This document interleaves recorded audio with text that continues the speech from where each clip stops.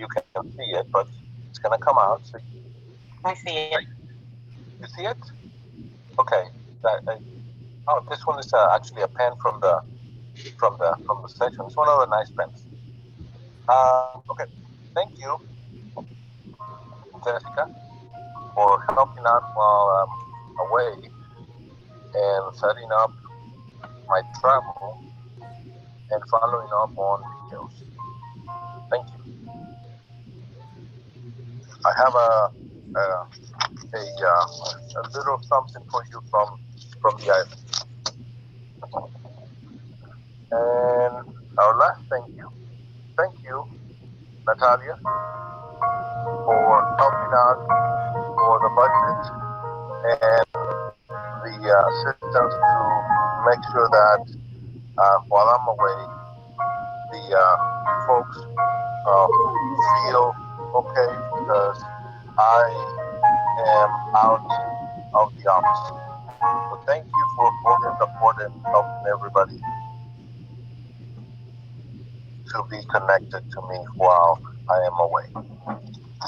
Thank you. All right. Well, when you have a chance, come and see South Padre.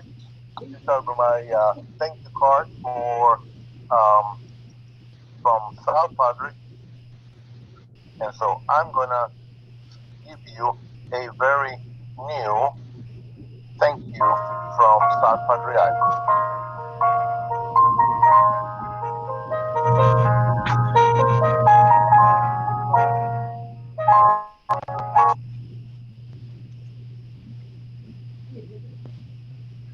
All right, we're going to go ahead and get started. Patrick, are you on? I see you, but I don't see me. Okay. You don't see you? No. Okay. Well, the important thing is if we can see your presentation. Yeah. Okay. Are you able to? Are you a co-host? I'm fixing to make you a co-host right now, Patrick. You'll see a message come up. Okay. Co-host. This is also technical. And so once you see that message that says you are now a co-host, at the bottom of your Zoom screen, there should be a green highlighted button that says share screen.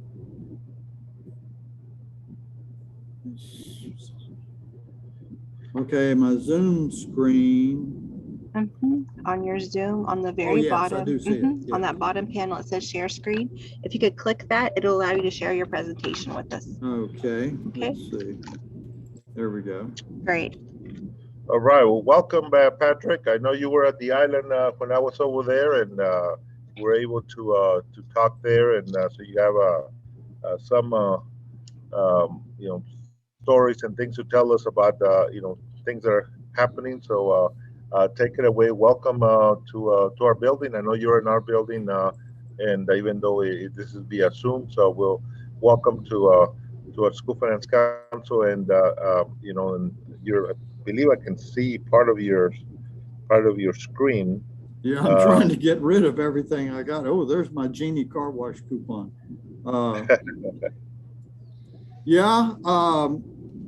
Dr. Amezcua, I want to thank you for having me. I really appreciate it. You've asked me here before, and I really enjoyed coming, and I'm glad to be here today. The only thing, who are the audience? Who do we have here? School business officials from different districts in the area here in the Houston area. Okay. Well, how many people do we have in the audience right now? I don't know. We have 71 people right now online. Okay, this is a crowd. I don't know if all of y'all know Dr. Amezcua, but I wish you would have been down in South Padre to watch him on the surfboard. He he did quite a good job. And that is a conference that we go to for purchasing administrators, and it's primarily, it seems like South Texas people there, but there are people from all over the state of Texas, and I enjoy going every year. And I enjoy coming here. And generally, the reason I go down there is to share some of the experiences we've had in the prior year and a lot of the abrogations of internal control security that we find at TEA in the prior year. And so let me pick my screen up a little bit here. There, well, that may be too big. Yeah, I'll just work with that.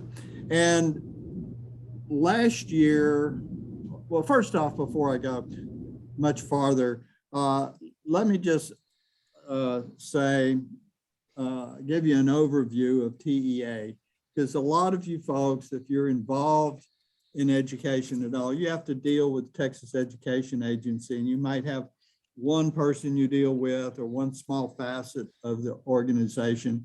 And TEA has a fairly broad view of education across the state of Texas. Their customer base would be you, and would also be the many customers, but the students, the principals, the families involved in education, the legislature, and even their own employees.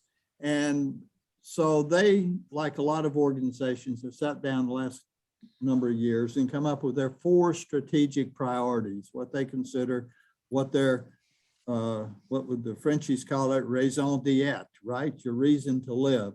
And their 4 strategic priorities are: 1, to recruit, support, and retain teachers and principals. And this is a big thing. We've got a lot of situations involving teachers that TEA monitors, and their certifications and all of these things. You're probably aware of those. They also have recognized in students the requirement to build a solid foundation in students across Texas in reading and math. And so a lot of their curriculum efforts are in that direction. They've also recognized that there's a need to connect high school students, children in high school and coming out of high school, to what their life careers are going to be. Or where are they going? Are they going to go to college? Are they going to go to away to college, or to community college? Or do they want to pursue a skill career of some type?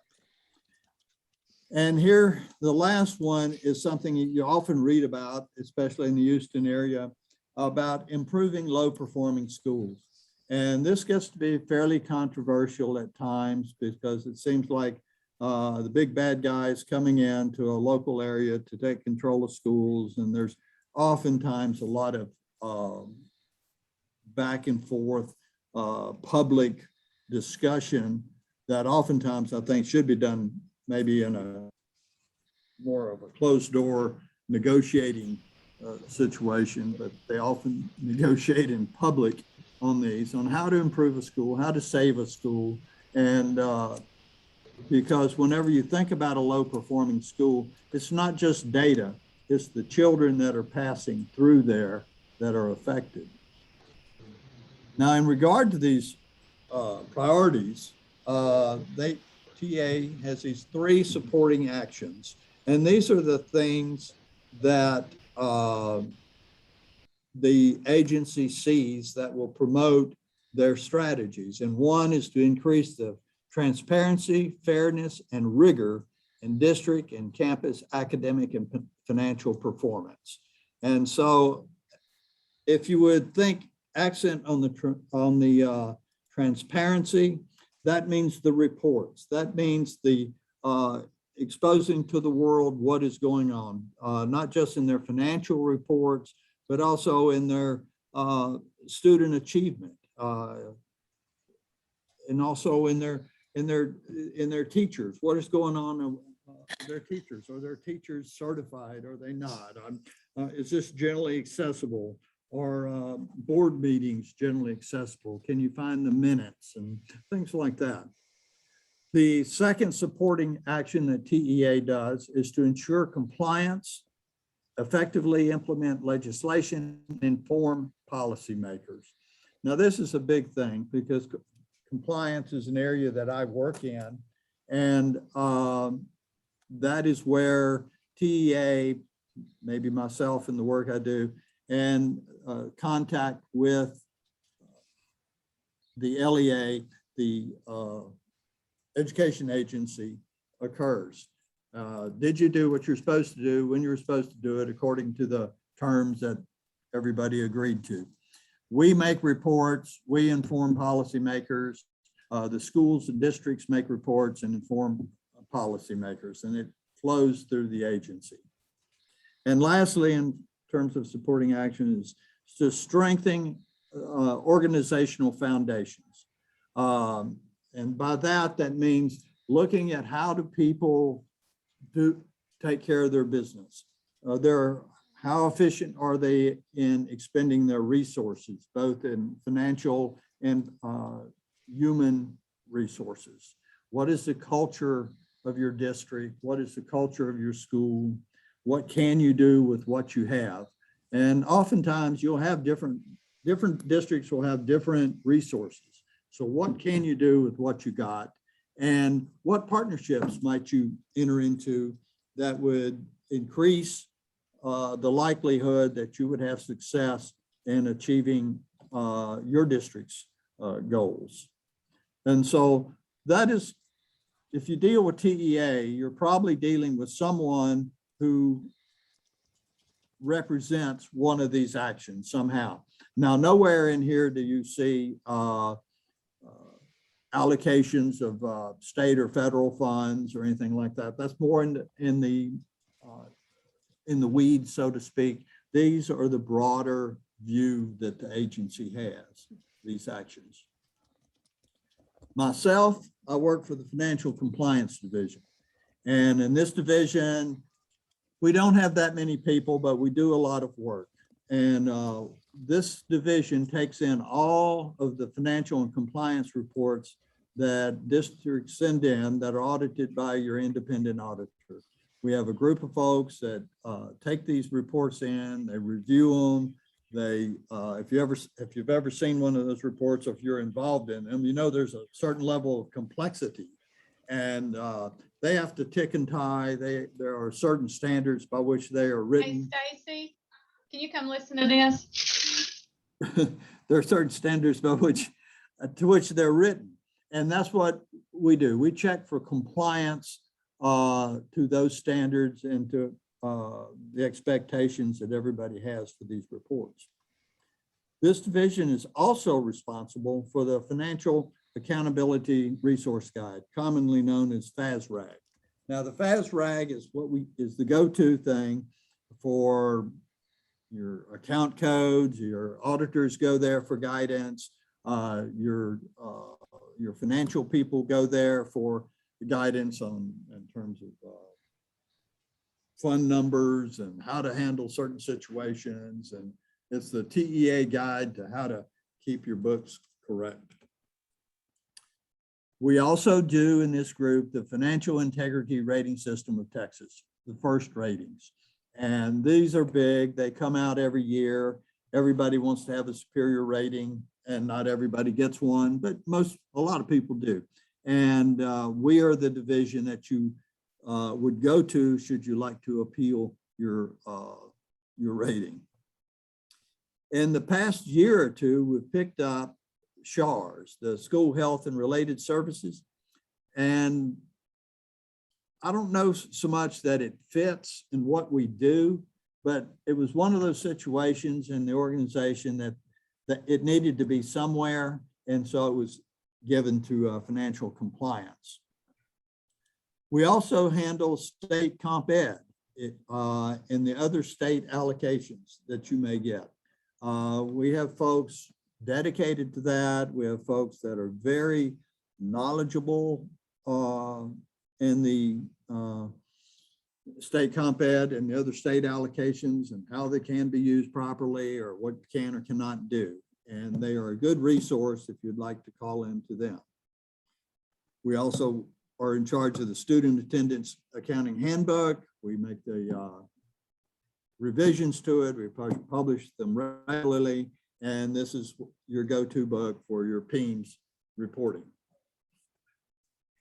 We also get involved in superintendent payments, and payment forms must be filed with us, and we have a small group of people that deals with this.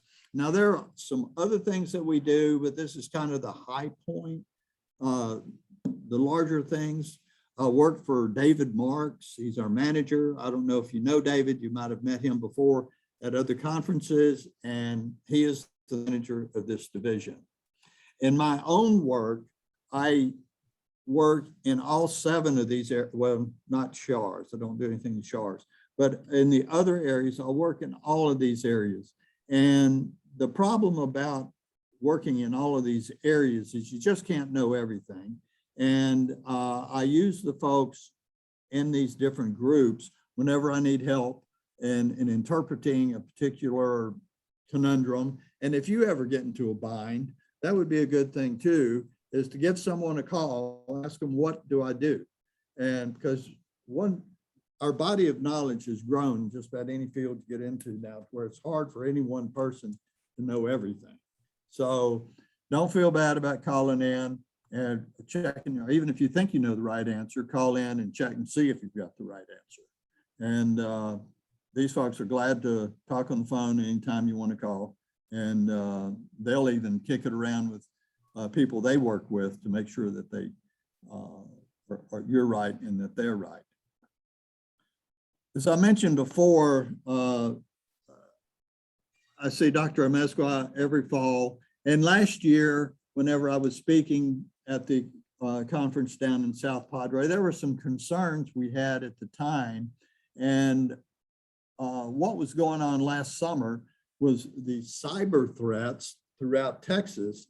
And right the month before, in July and August, there were like 20 different attacks of school systems and small government jurisdictions across North Texas.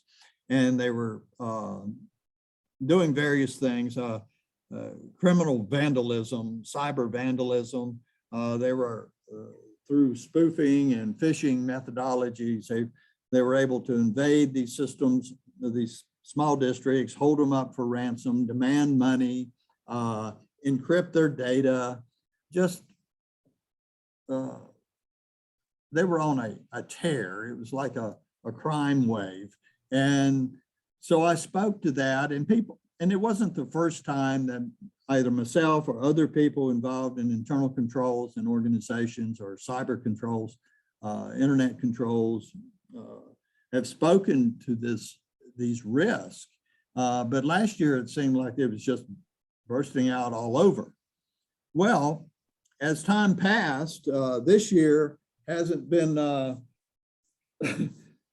any better. I mean, we still have a lot of local threats happening throughout Texas and actually throughout the country. And you've probably read in the paper of some very significant cases. And I've got some of the larger ones month by month on this slide. Howard University in August were shut down for 2 weeks. Their enrollment, their fall semester, everything was shut down by these cyber criminals. And it took them 2 weeks to get back on top of their business so that they could open up school and register folks and get people going to class. In July, this company, Kaseya, that's a French word, and I don't know what that means. But it's just an international company, and the embarrassment here is that it's an IT company, and they had over 17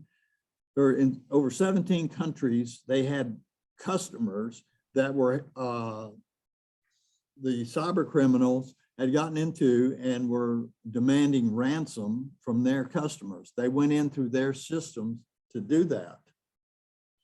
In June, we had JBS, which is a large meat packing company, and they supply a lot of beef throughout the United States.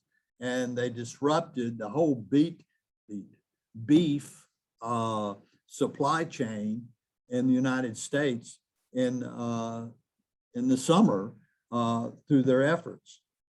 And you might have recalled in May, the Colonial Pipeline incident. The hackers got into Colonial Pipeline and they just shut the thing down, and there were gas shortages up and down the East Coast. Houston Rockets, hey, hometown boys, right?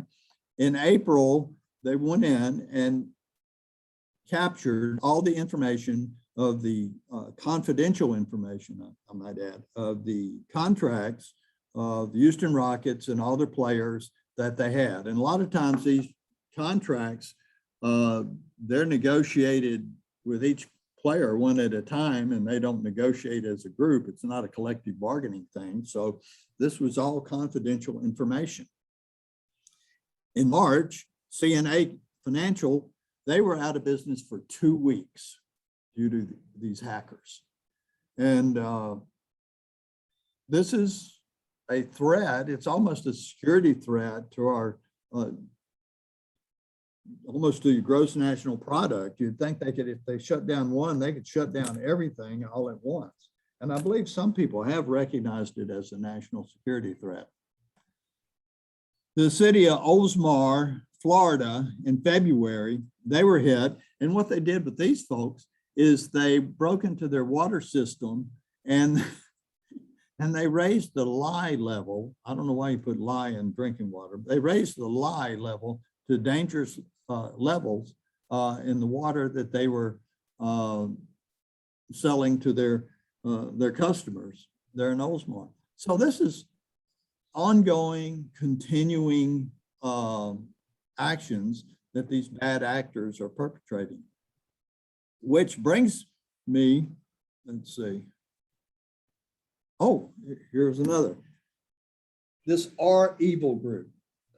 In July, according to Forbes magazine, a ransomware attack by the R Evil criminal ransomware as a service gang infected an estimated 1,500 businesses with ransomware. And that was just in July.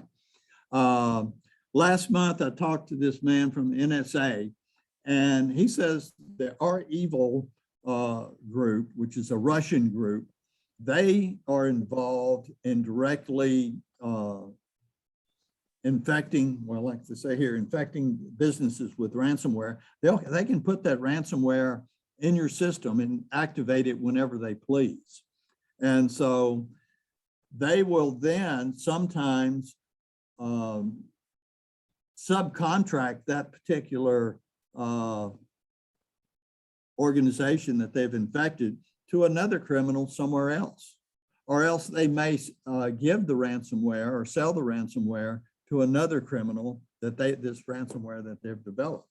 So it's a strange criminal business model that's going on, and it's not just them in Russia. There are it comes out of China, and then there are lone wolf actors that are perpetrating these crimes, and we're all at risk from these guys. And so Trend Micro, say a group, they found that 84% of US organizations have reported phishing or ransomware security incidents in the last 12 months. And I find 84% to be a large number. I would label that as preponderance. So just about every one of us out there, unless you're asleep, has probably been hit by some type of phishing or some type of security incident, and it's ongoing. It's not just in your lifetime, it's in the last year. Palo Alto Networks Unit 42, I guess that's important. It's a security consulting group, says that the average ransomware payment climbed 82% to a record $570,000 in the first half of 2021 from $312,000 in 2020. Well, I don't know how right that is. I don't have a way to verify that for you, but suppose they're only half right. That's still a lot of money. And I can see where it's a lucrative business, and I can see why, if it works, why don't they continue? Why would they quit doing it? So they're not going to quit doing it. And as long as we have people in countries that we don't have any type of extradition type agreements with, it's going to continue happening. It's just something we have to have in the back of our mind. In August, Forbes magazine thought it was important enough for them to write an article, and it was titled "Ransomware on a Rampage, a New Wake-Up Call." I'm going, new wake-up call. My first thought when I saw that was, how many wake-up calls do we need? We've been told about this for years and years, yet still we have these large organizations that allow their front doors or their back doors or whatever it is in their systems to be opened or to be set up in such a way that these criminals can access it and steal their data and hold them up for ransom. And as I think about that, as I was pondering that question, it also came to my mind is, what is it, not just these companies, but ourselves as individuals, what is it that makes us think that it won't happen to us? What is it that we separate ourselves from these unhappy outcomes? I'm thinking about getting paid. Unhappy outcomes. And I started following up on that. And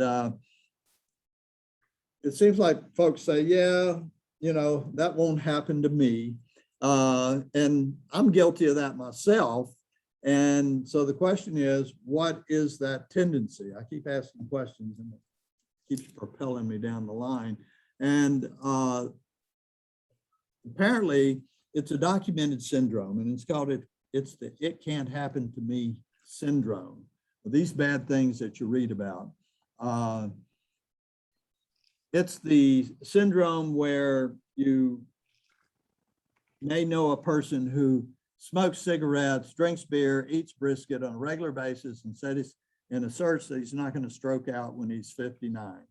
Well, it may not happen to him or her, but it's going to happen to somebody. And there's an official word for that, and it's called optimistic bias. And optimistic bias is commonly defined as the mistaken belief, accent on the mistaken, that one's chances of experiencing a negative event are lower than that of one's peers. So that means if you're the cigarette smoking, beer drinking, brisket eating person, it's not going to happen to you, but it's going to happen to the guy you're looking at. Wikipedia has a little better definition. Wikipedia says optimism bias is a cognitive bias that causes someone to believe that they themselves are less likely to experience a negative event. Same thing, but a little different. But here's the deal. It is also known as unrealistic optimism or comparative optimism. I think the term unrealistic optimism is the easier term to be able to understand. And so we unrealistically believe these things that could happen to us are not going to happen. They're going to happen to someone else. But the reality is they're going to happen to someone, and it could very easily be you. Now, of course, psychologists like working with this, and I was reading this article, and the assertion in this article is that 80% of people across all age groups and genders suffer from what social psychologists call optimism bias. And I found this sentence interesting because they say suffer from optimism bias. And when I first read it, I thought about it and I said, well, I'd rather suffer from optimism than suffer from pessimism, was my first response. And, but apparently suffering is not necessarily a problem, because optimism itself, I mean, you can go all over the place and you will find people who will be promoting optimism. And in this particular article from a Kids Health magazine is that optimism is healthy, you know. An optimistic attitude helps us be happier, more successful, and healthier.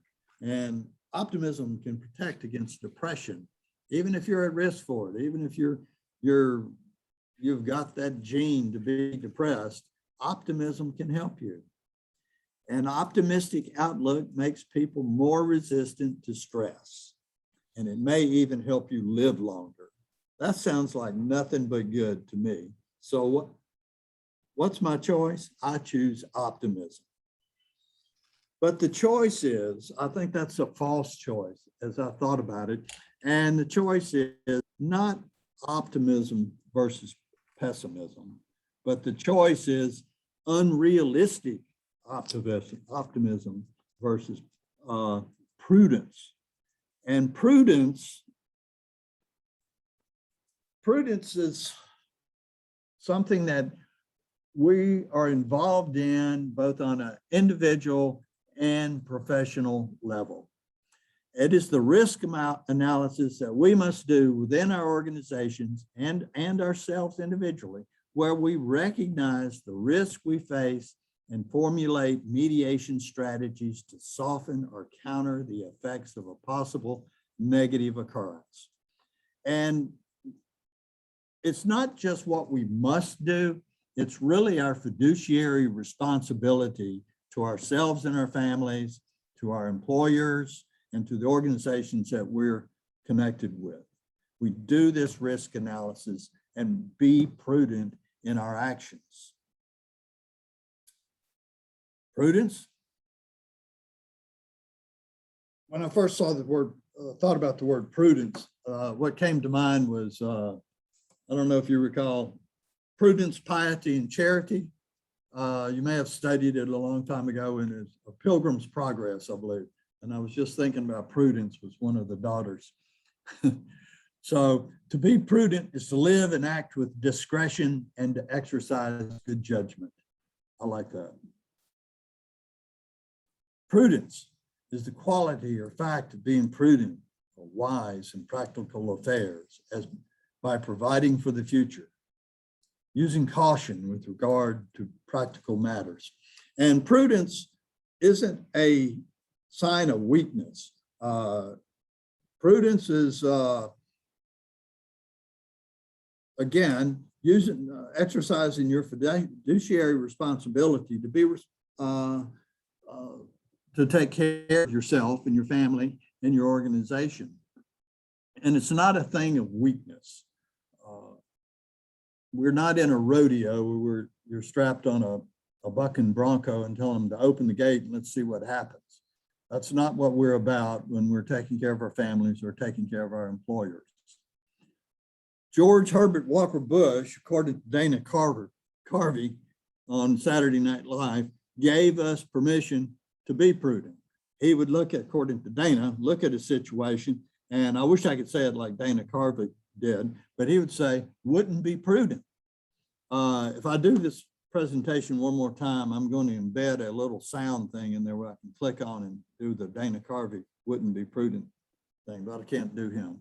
So prudence is really that analysis that we must do in recognizing the risk that we face. The analysis, this risk analysis, if you think about it, if you're involved in auditing, there's a risk analysis that you must do. If you're an executive in an organization, there's a risk analysis that you must do, and that is prudence. And you cannot bypass prudence with unrealistic optimism. The unrealistic optimism will not protect you from cyber criminals that extort these huge sums of money across the board, not just from school districts, but from hospitals, the water companies, the big pipeline companies, just every organization. Where they go where the money is. They don't care if it's an education organization or a hospital. If there's money there they can get, they'll go. And it also won't protect us from lapses in basic management responsibility in our organization's control environment. I'd spoken earlier about the cyber issues. Those are issues, but sometimes in the broader scheme of things, maybe we just think about those cyber issues because they make the paper more than anything else. But there are also the basic management within your organization of like segregation of duties and safeguarding of assets. That also is your responsibility as an employee and as individually. So I want to pivot from this little background into a real life small town story about how this can't happen to me attitude resulted in really horrible circumstance for a small town where the basic fiduciary responsibilities of analyzing the risk they were exposed to, putting strategies in place to counteract or mediate that risk so that they did safeguard their assets. And by not doing it, they just lost tons of money. And oftentimes I'll talk to people and they'll say, well, how much could they do to us? We're just a really small school district. And well, that is true. How much could they do to you if you're just a small organization? Well, let me introduce you to this small town in Illinois, Dixon, Illinois. As you can see, this blurry map, it's west of Lake Michigan. It's almost all the way to Iowa. I used to live kind of in that area a little bit, and I can tell you it's nothing but cornfield or soybean field from here to the Rocky Mountains almost. And it's one small town after another. Dixon, small town, has a population of 15,733 people and an approximate annual budget of $9 million.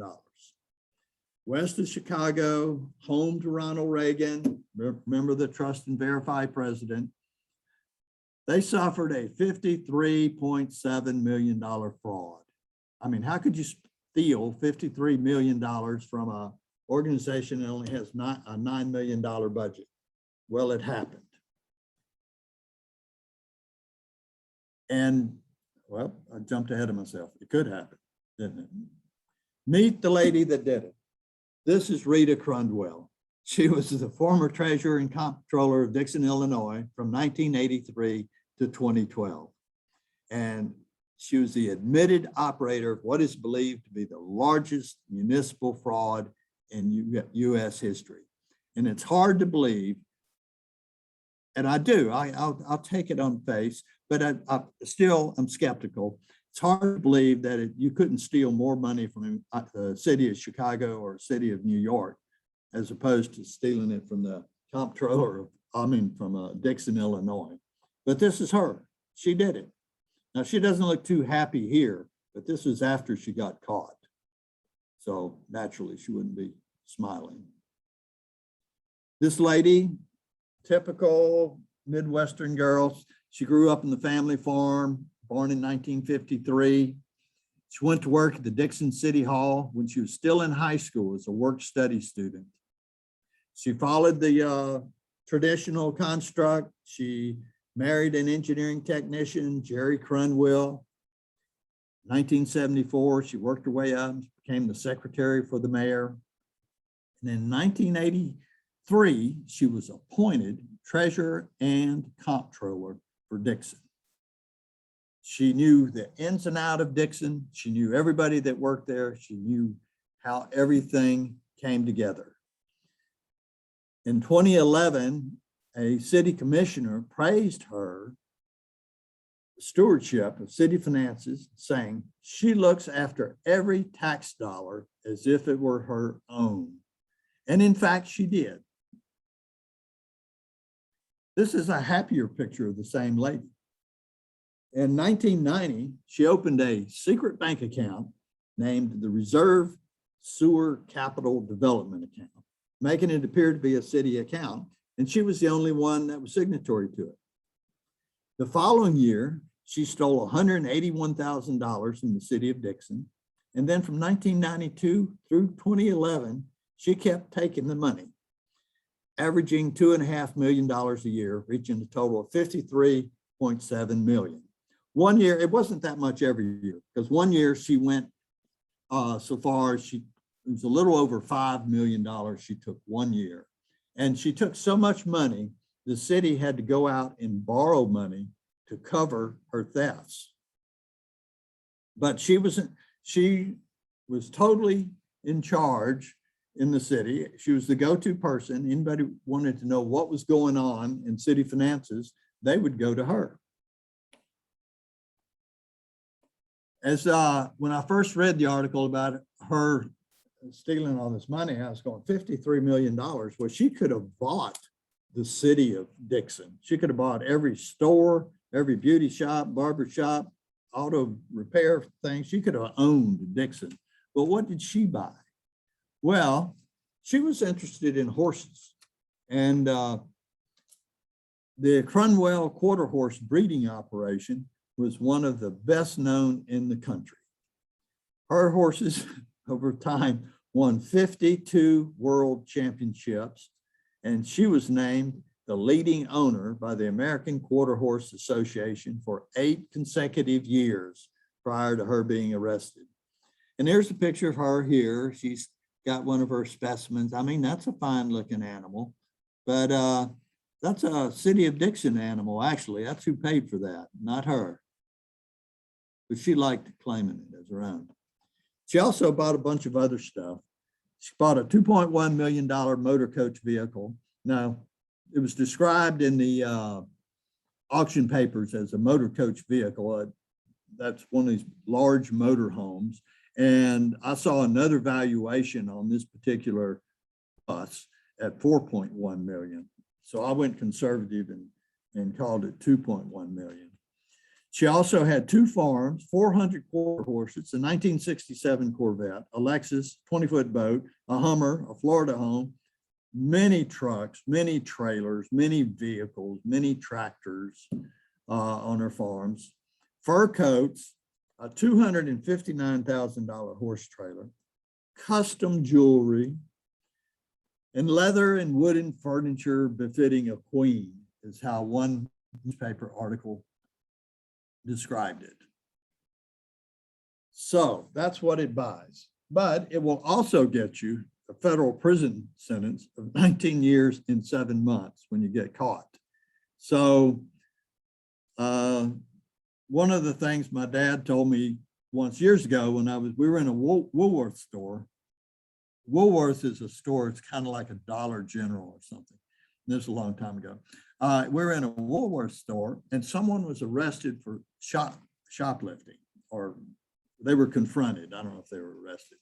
And my dad told me at the time, he says, you got to remember, he said, there's always someone watching you. And I remembered that. And so I never started a shoplifting career because I always thought someone was watching me. So how did this lady do that? How did she extract all this money out of the city of Dixon? We know she had that little bank account. How did that come about? You know, this one forensic accountant described it as genius in its simplicity. Rita Crundwell picked up the Daily Mail, made all the deposits, updated the journals and ledgers, prepared and signed checks, moved investment monies, and reconciled the bank accounts. Wow, she was a busy lady. She earned her money. She won the trust of everybody around her, especially that of the mayor and council. And you have to remember, she reported to the mayor, right? And mayors come, mayors go, city councils, people come and go, and they look to staff to keep them apprised of what's going on. She was the staff. She knew it all. She was a go-to person. If anybody had any question on budget, expenditures, any kind of continuity of business continuity advice or what had gone on in the past, she was the one they went to. And this one man, I mentioned him earlier, Roy Bridgman, called her a big asset to the city as she looks after every tax dollar as if it were her own. Well, she really had no boss, right? She was in charge. There was the official organization chart, right? Then there was the real chart. Who was in charge? Rita was in charge. That's who was in charge. And I think about this man, Roy Bridgman. I guess he's still, I don't know, but I guess he lived in or lives in the city of Dixon. And I got to believe every time he goes downtown to get a haircut, someone asks him how the city tax dollars are going.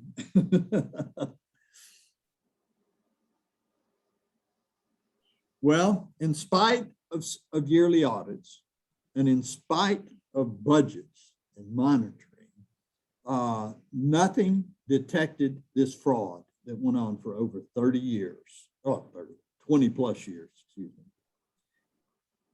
Big surprise. How'd she do it? Simply lack of segregation of duties.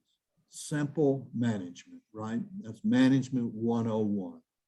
No segregation of duties, no monitoring. Miss Rita could write checks, approve payments, create and monitor the budget, enter transactions into the accounting system, reconcile the bank statements, pick up the mail. That was key, pick up the mail. And wrote checks to herself, transferred funds, bought a lot of horses.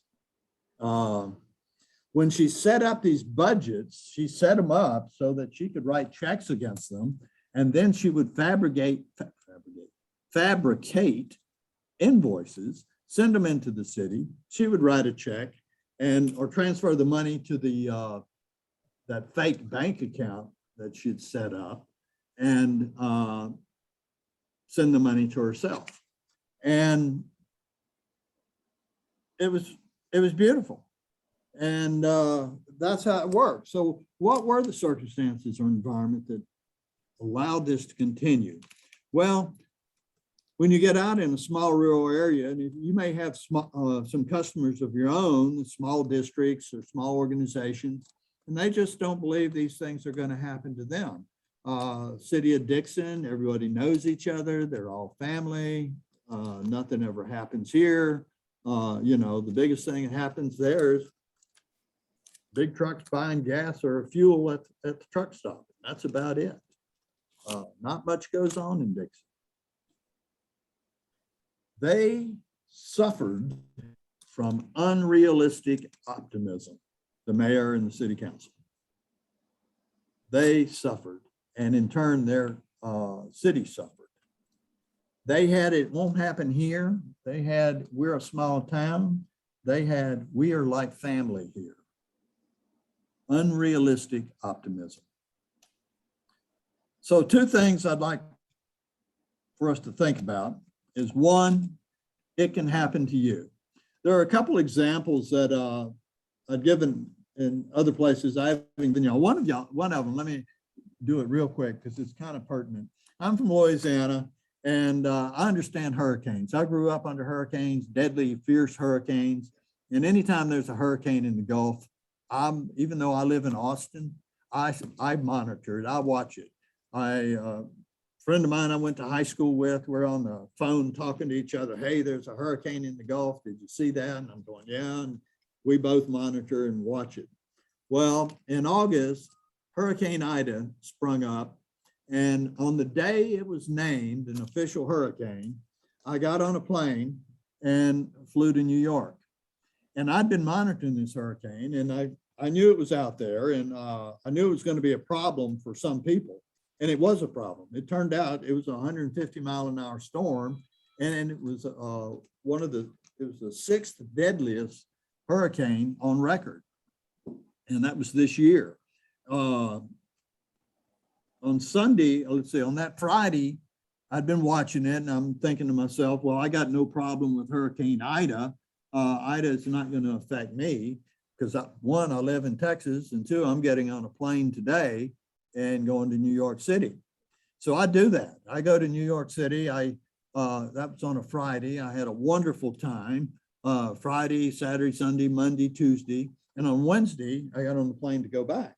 Well, on that Sunday, Hurricane Ida made landfall at Port Fourchon in Louisiana and just tore the place up and moved up through the middle of the country.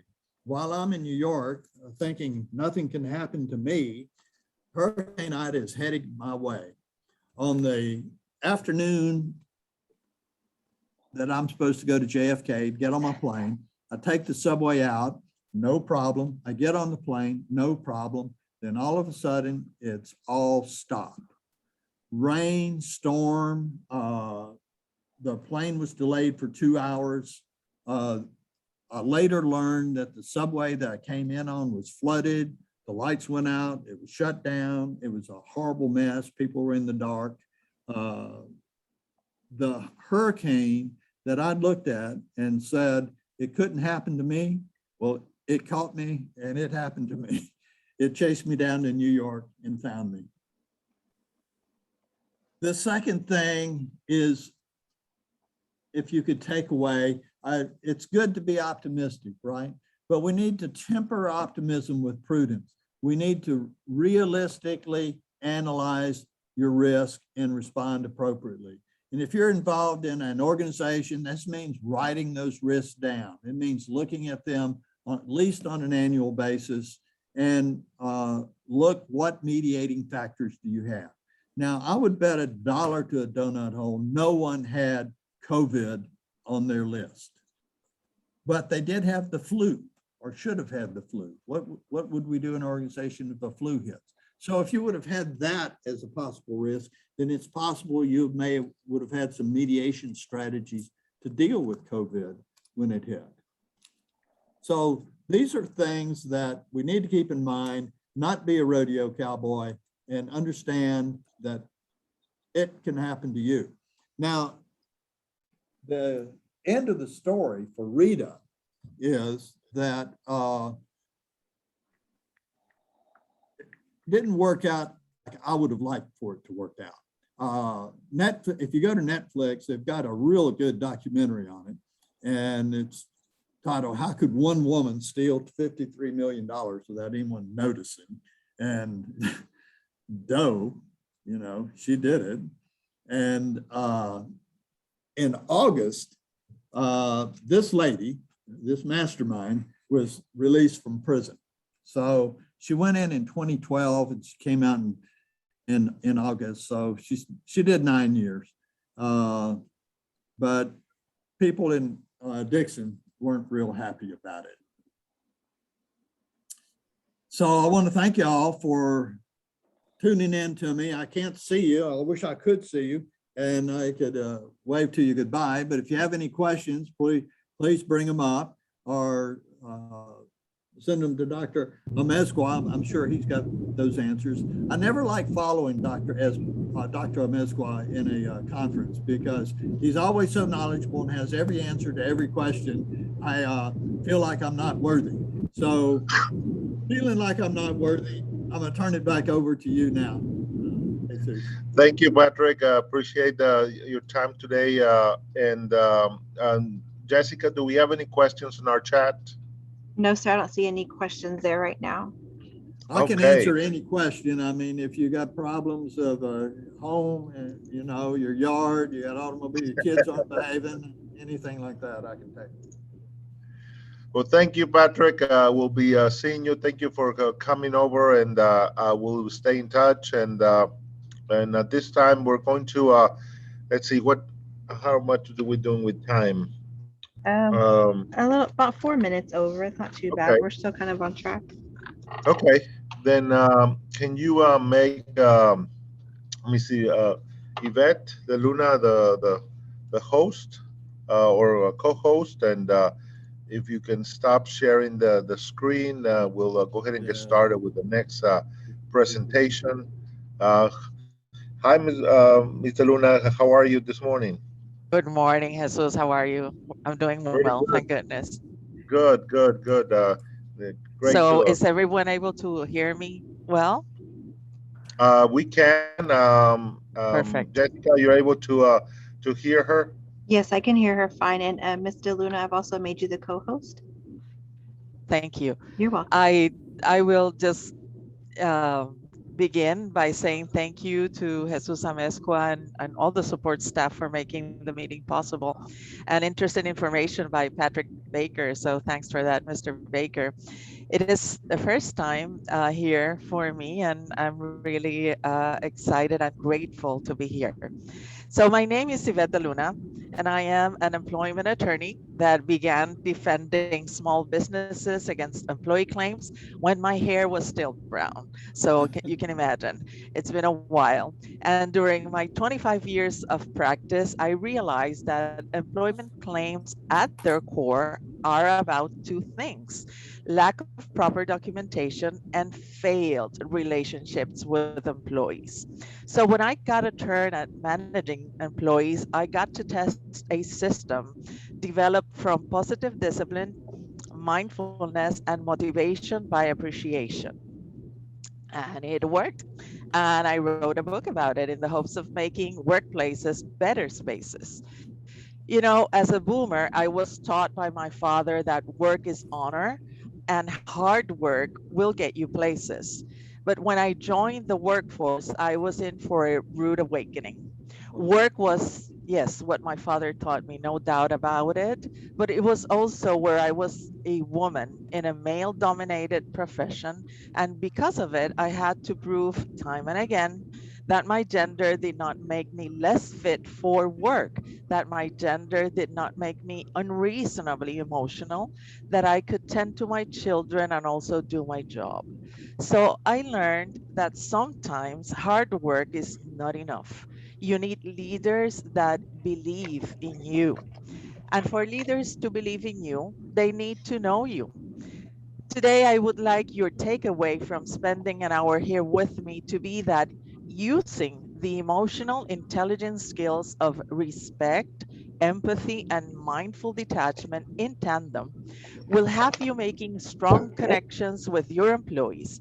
You will begin learning how to transform your workspace into a community where collaboration is organic. By any chance, do any of you know what the percentage is for employee engagement in the US? And if you can help me, Jessica, because I am unable to see responses, but if anyone has an idea, you can write it up in the chat.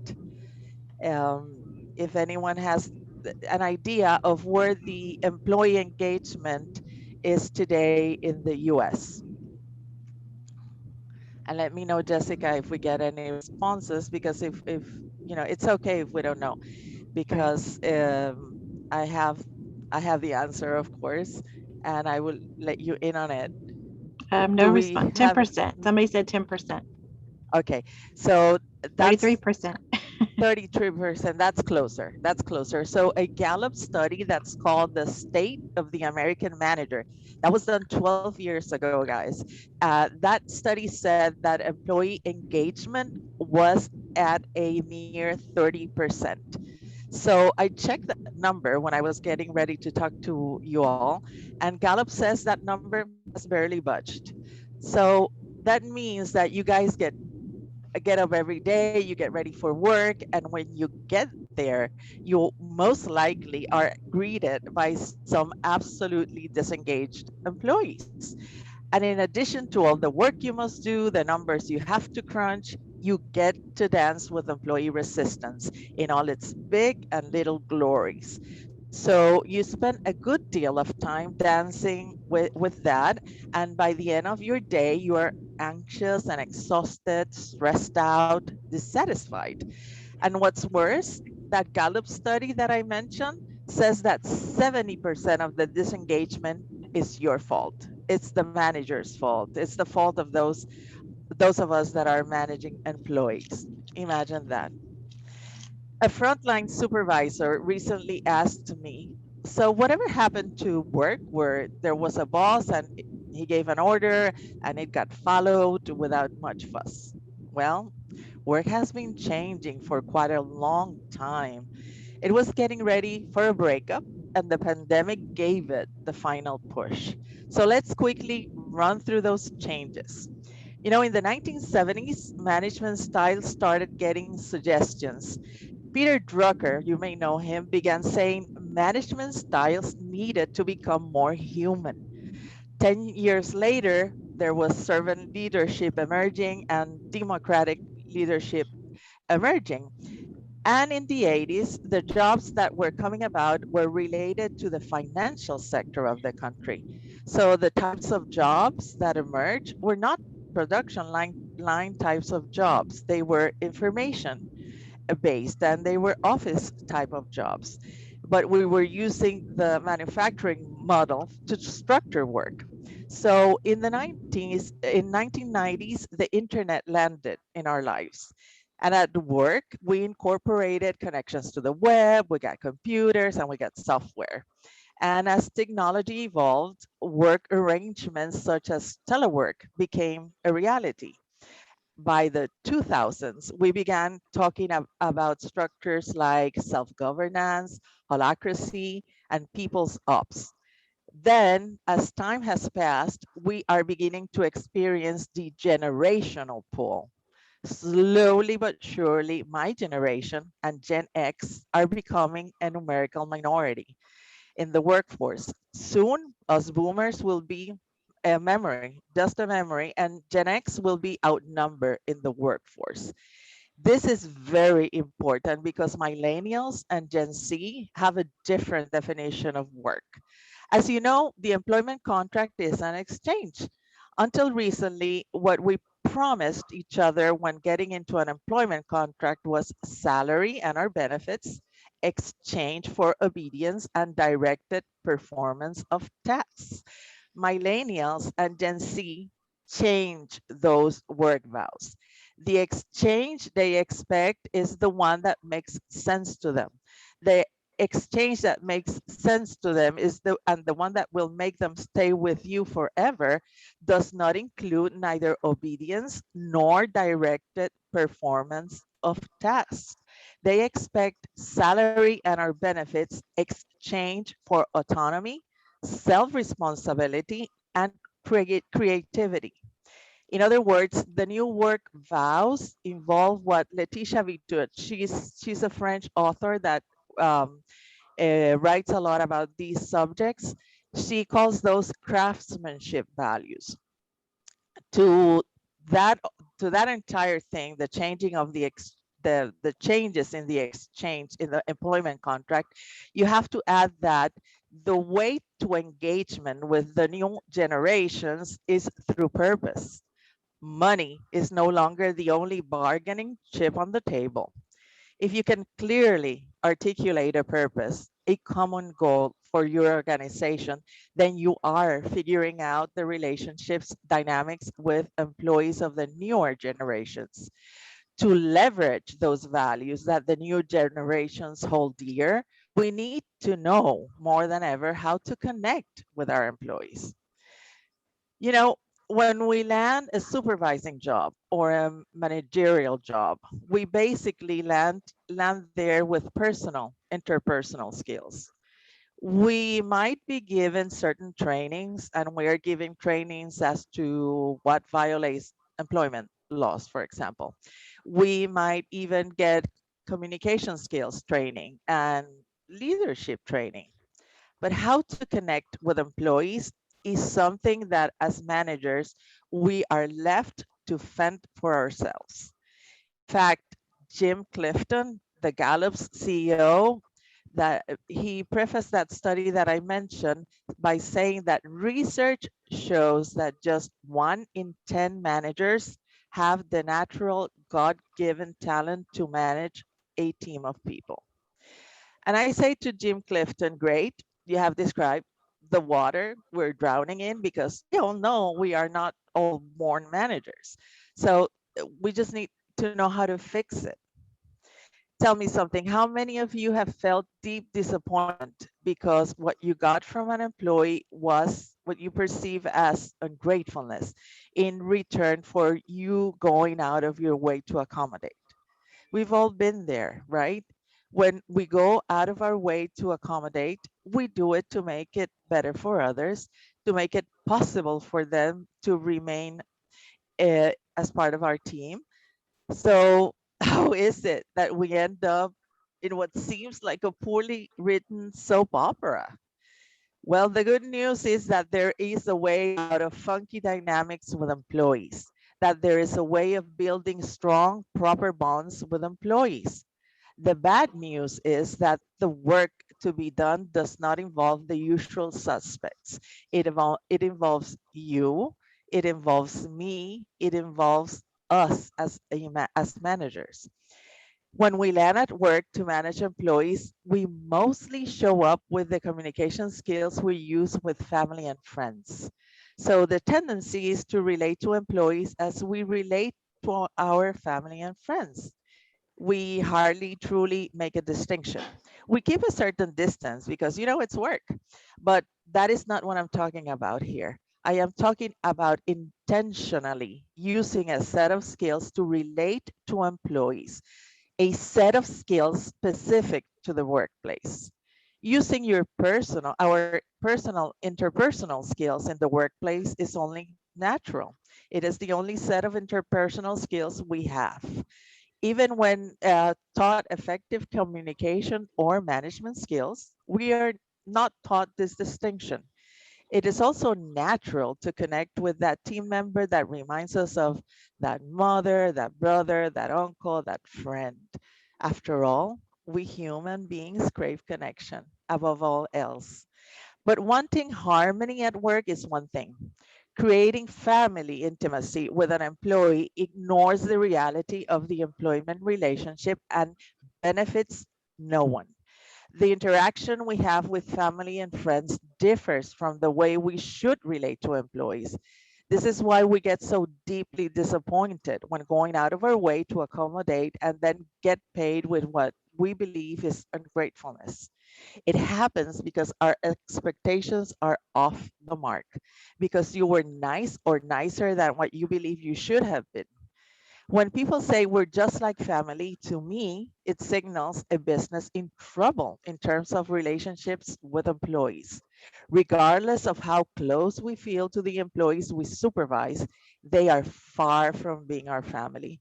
They are partners in collaboration, in performing tasks, in achieving a common work goal.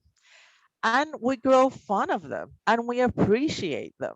The problem is we equate that work affinity we have for persons we are responsible for at work with family and friends because it sort of feels similar. When we intentionally separate personal interpersonal and work interpersonal, we are off to a good start though. This is because we are allowing space for the fundamental and eternal tension in the employment contract. What are the fundamental and eternal tensions of the employment contract? Let's examine them. First, people coincide at work by accident. Other people, for reasons unrelated to us, chose us and others to work there. We also do not control the quantity of people we get to relate to. So people of different ages, backgrounds, beliefs, upbringing, training, culture, ideas come together rather haphazardly. Usually, an employer does not give a lot of weight to the quality of the relationships that will flourish between the people that coincide at work. It is a true blind date situation. Without knowing their common values, aspirations, intentions, interests, ethics, feelings, methods, or their language of appreciation at work, companies throw together employees and hope and expect the best. Let me make a parenthesis here regarding purposes. If you are able to communicate a clear purpose to your employees, they will be able to set aside all those differences I mentioned to pursue that common purpose. I'm sorry, let me get a drink of water. Mm. The second thing that is a fundamental and eternal tension of the employment contract is the fact that the employment contract is based on need. So right there you have it. The fabric used to weave relationships at work is unique. Both the company and an employee seek each other out of need, based on need. A company needs to fill out a position to generate production. The employee needs to work to earn a living. It means that the employer wants the most amount of production possible for the least amount number of wages and benefits possible. And the employee wants the highest wages possible for a standard or minimum amount of production. These are opposing interests any day of the week. Again, no one benefits when creating affectionate family ties at work. When an employee creates family bonds at work, his ability to claim what is owed to him is diminished. When a supervisor creates family bonds at work, he creates behavior expectations that are beyond the scope of employment. The employer complaint I got the most as an employment attorney was rather a feeling, one of disappointment. I have heard that disappointment as, and I treated her like a mother, father, brother, uncle, son, nephew, and look how he paid me. The look how he paid me is referencing the fact that the employee claimed his employment rights at some point. The person saying, look how he paid me, expected the employee to behave like a son, a daughter, or like a family member. When employees and employers are free of family type bonds at work, they can state what needs correction. From a legal stance, it is a win-win situation. Information brought forth in the shape of an employee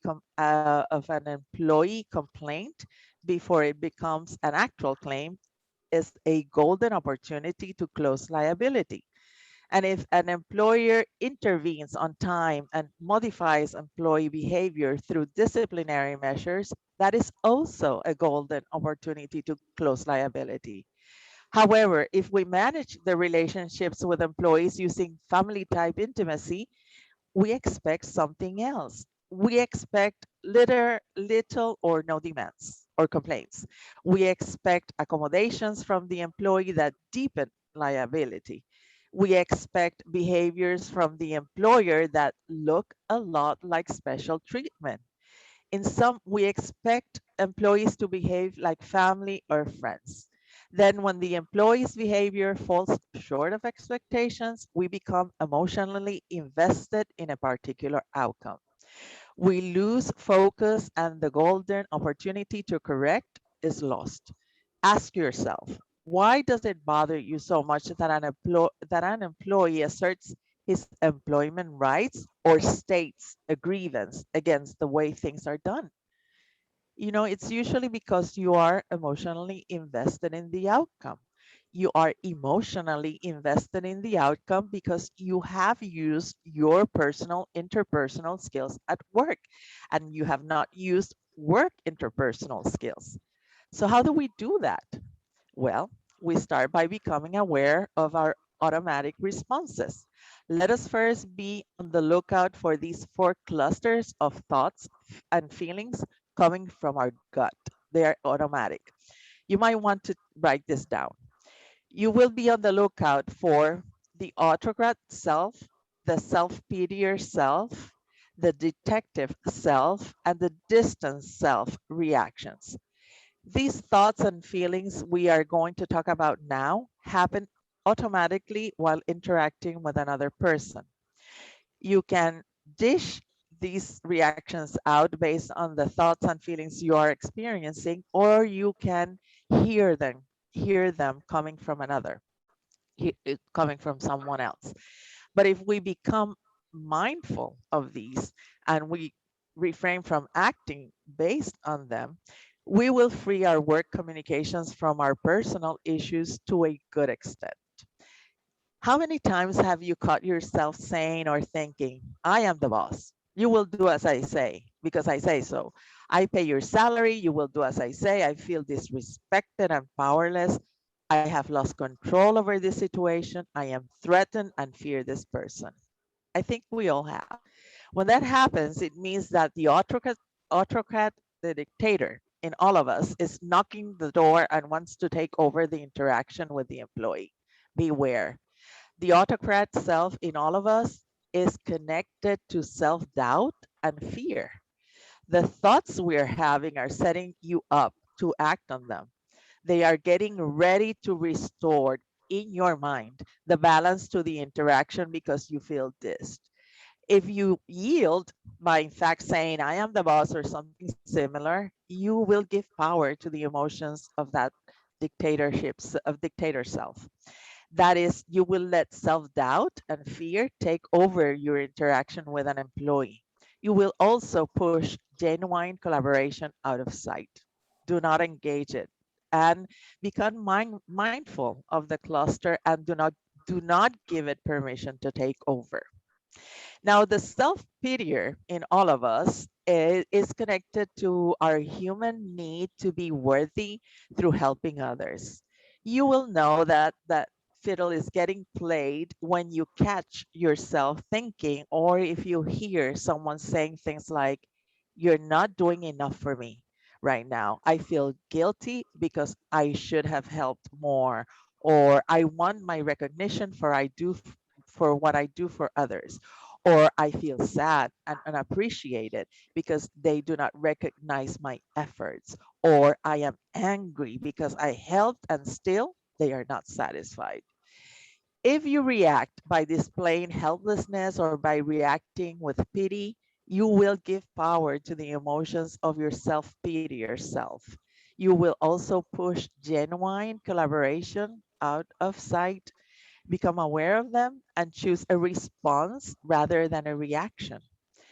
The detective self in all of us, you will know that he is at the door and trying to get in when you catch yourself thinking, or if you hear someone saying things like, "I am questioning you and will make you doubt yourself and to me, I'm sorry, and prove to me that I am right and capable."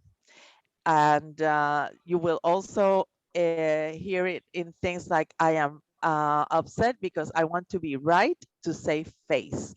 I feel I need to save face to avoid feeling inadequate. I feel inadequate in the presence of this person. I have doubts about myself when I am with this person." Those thoughts and feelings are setting you up to act on your need for recognition and self-esteem. If you yield by displaying "I am right" behavior or by reacting with "I am right" behavior, you will give power to the emotions of the detective self. You will also push genuine collaboration out of sight. Do not engage it. And finally, the distant self in all of us is connected to our human need for contact with others and self-confidence.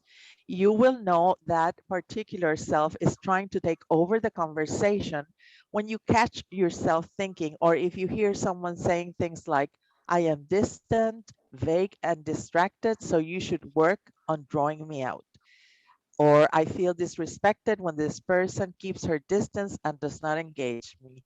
Or, "I am annoyed because I need to talk with him or her to solve OMG. problems and make Marvel, decisions. look, I have another meeting going on right now. I feel ignored and angry with this when this person withholds feedback."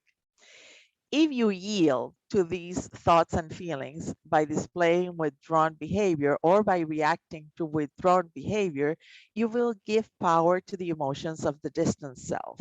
You will, again, push collaboration out the door. Do not engage it. So if I do not get to use any of these four selves and the reactions, how do I get anything done? Well, by using RED, respect, empathy, and mindful detachment. A brief note before we go into the skills.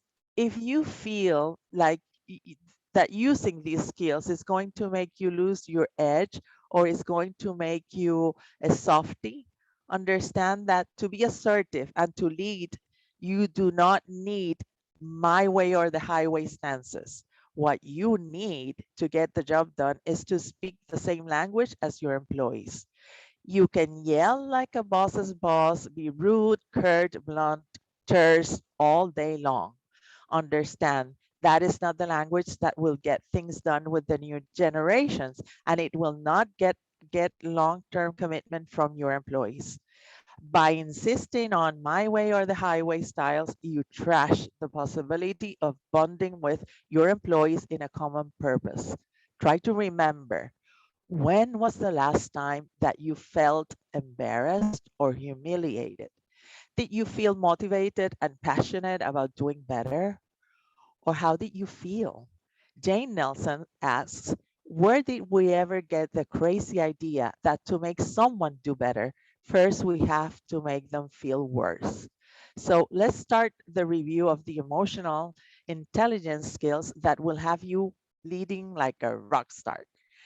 Emotional skill number one in the manager's work interpersonal toolkit is respect.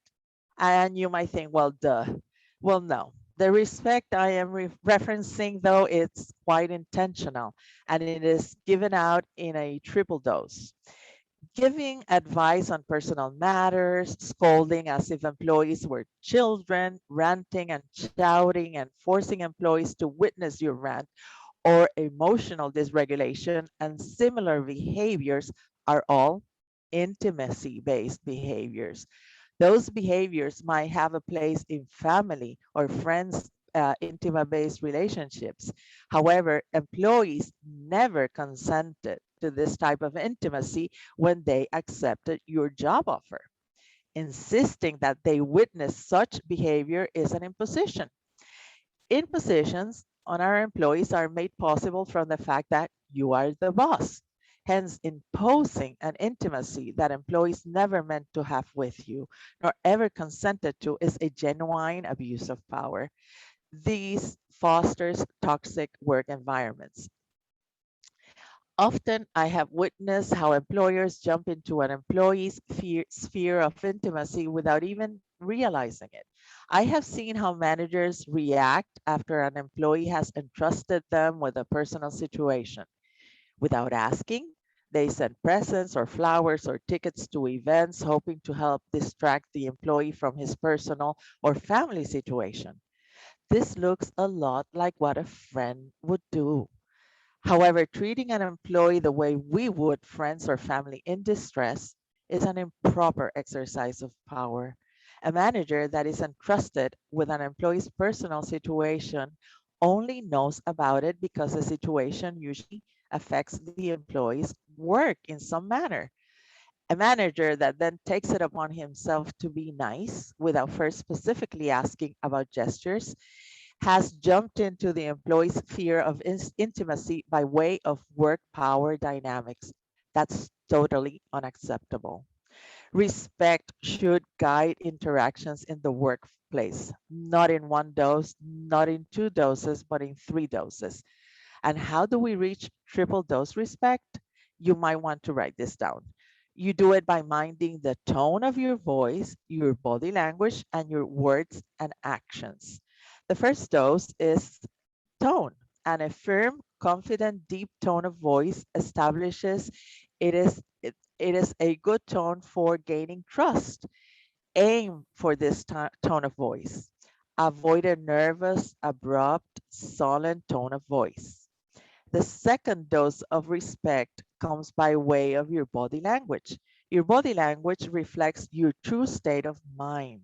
Therefore, you must remain mindful of tapping with hands, leaning front or back, crossing your arms, moving your legs nervously, twitching of any kind, repeatedly blinking your eyes, scratching your head.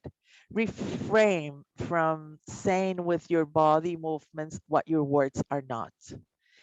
Now, the third dose of respect is given through words, through your words. Words matter.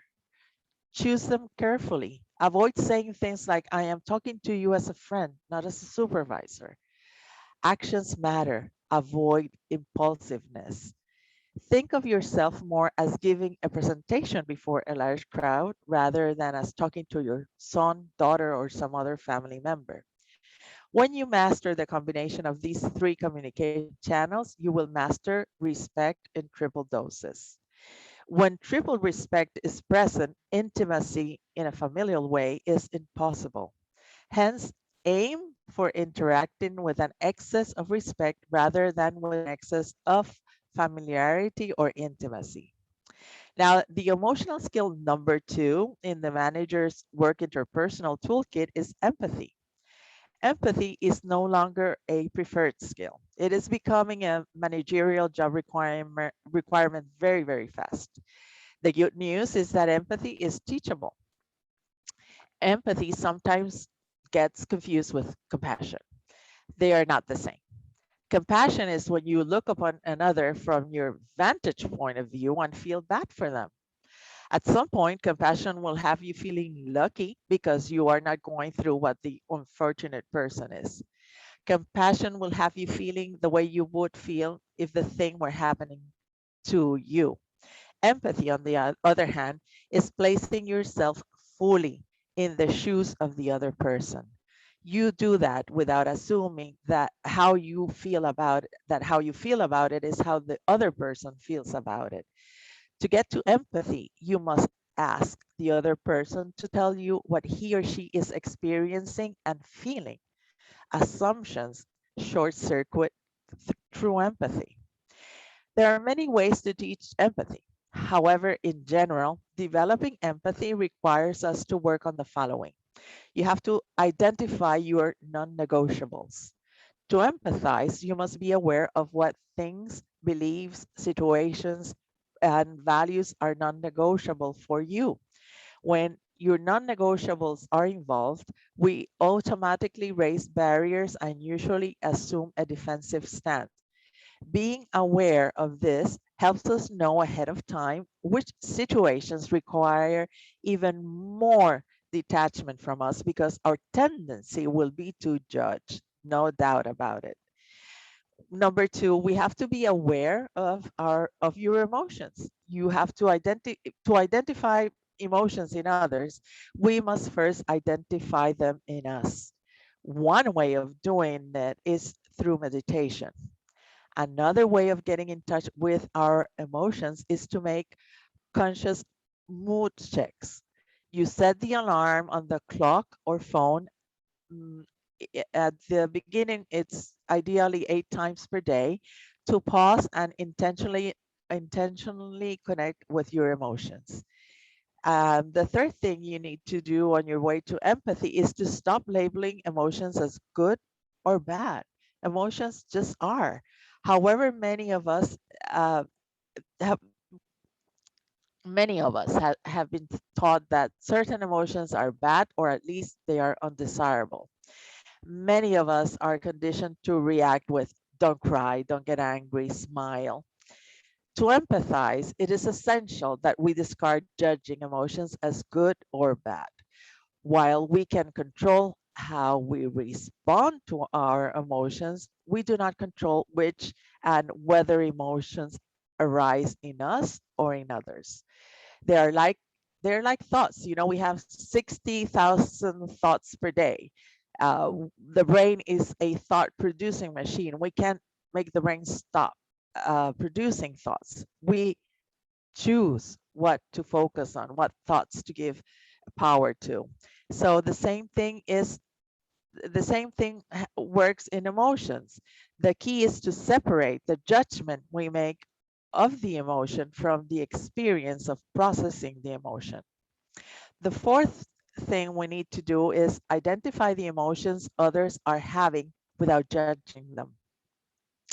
One way to identify emotions in others is to interpret their facial expressions. Another way to identify emotions in others is by reading their body language.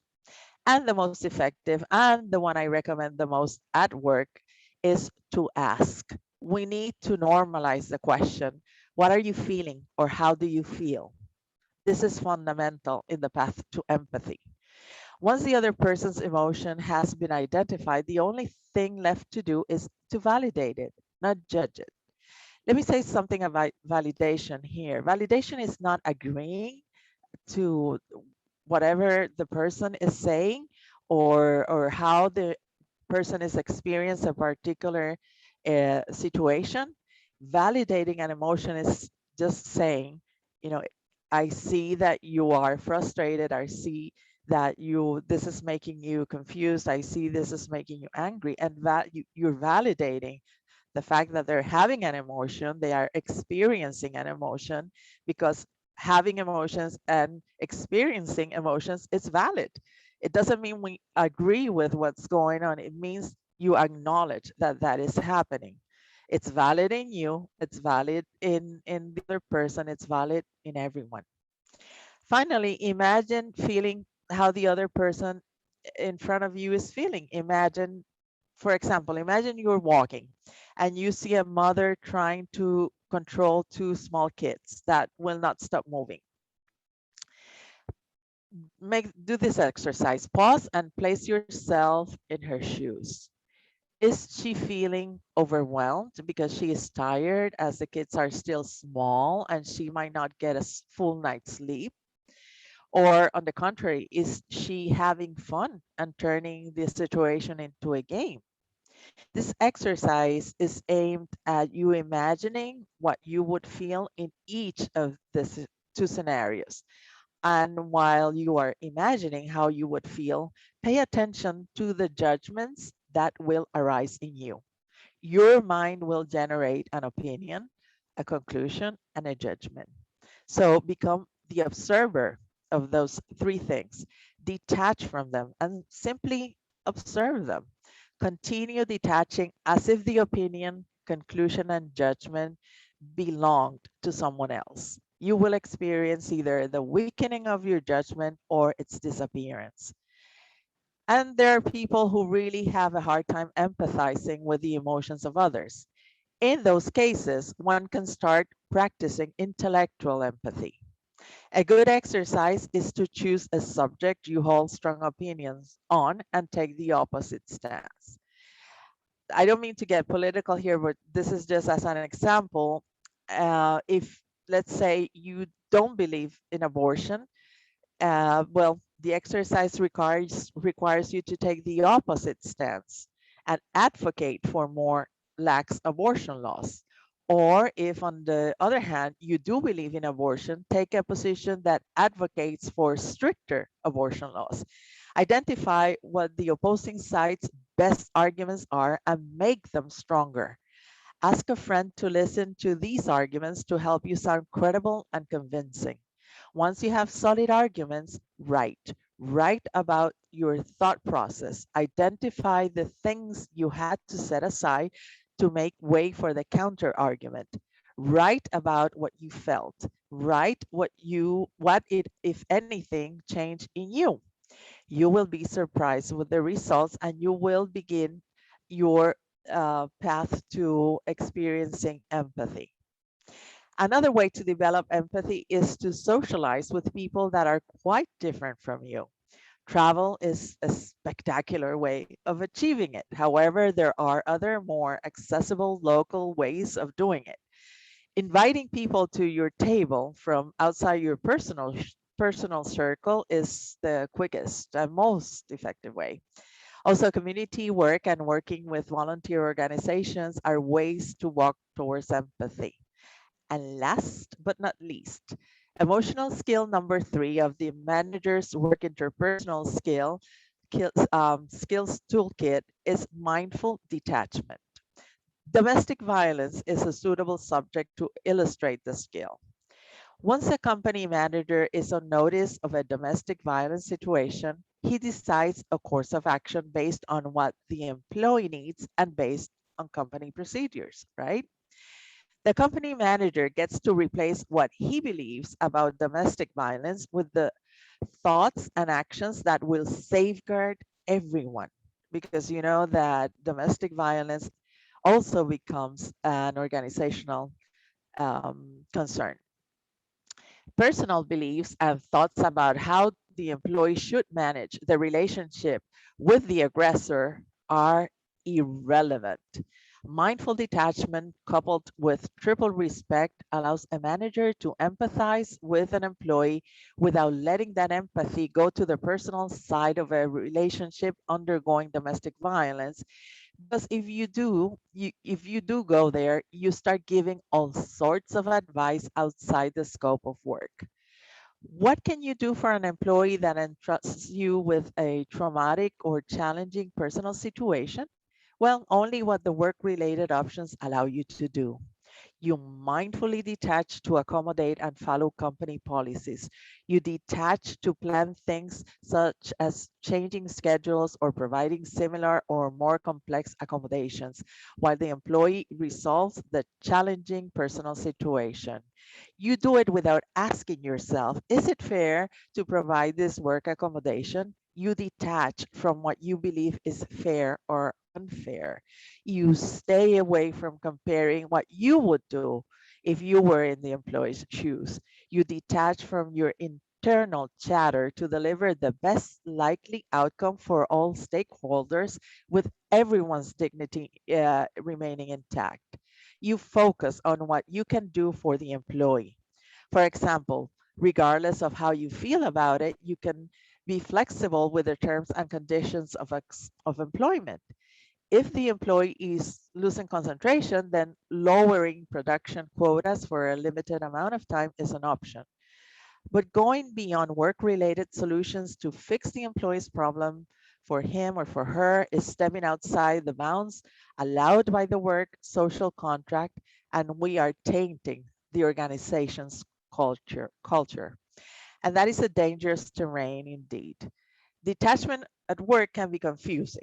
Detaching appears as uncaring. However, managing with mindful detachment will allow you to substitute what you believe with what benefits all stakeholders.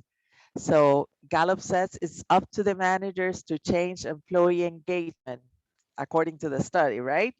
So I say, managers, let's then be the heroes. Let's believe in us and go ahead and change to make work a better place for now and for the future.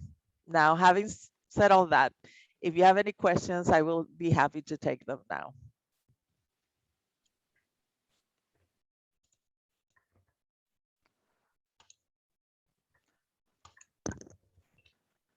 I don't see any I'm questions.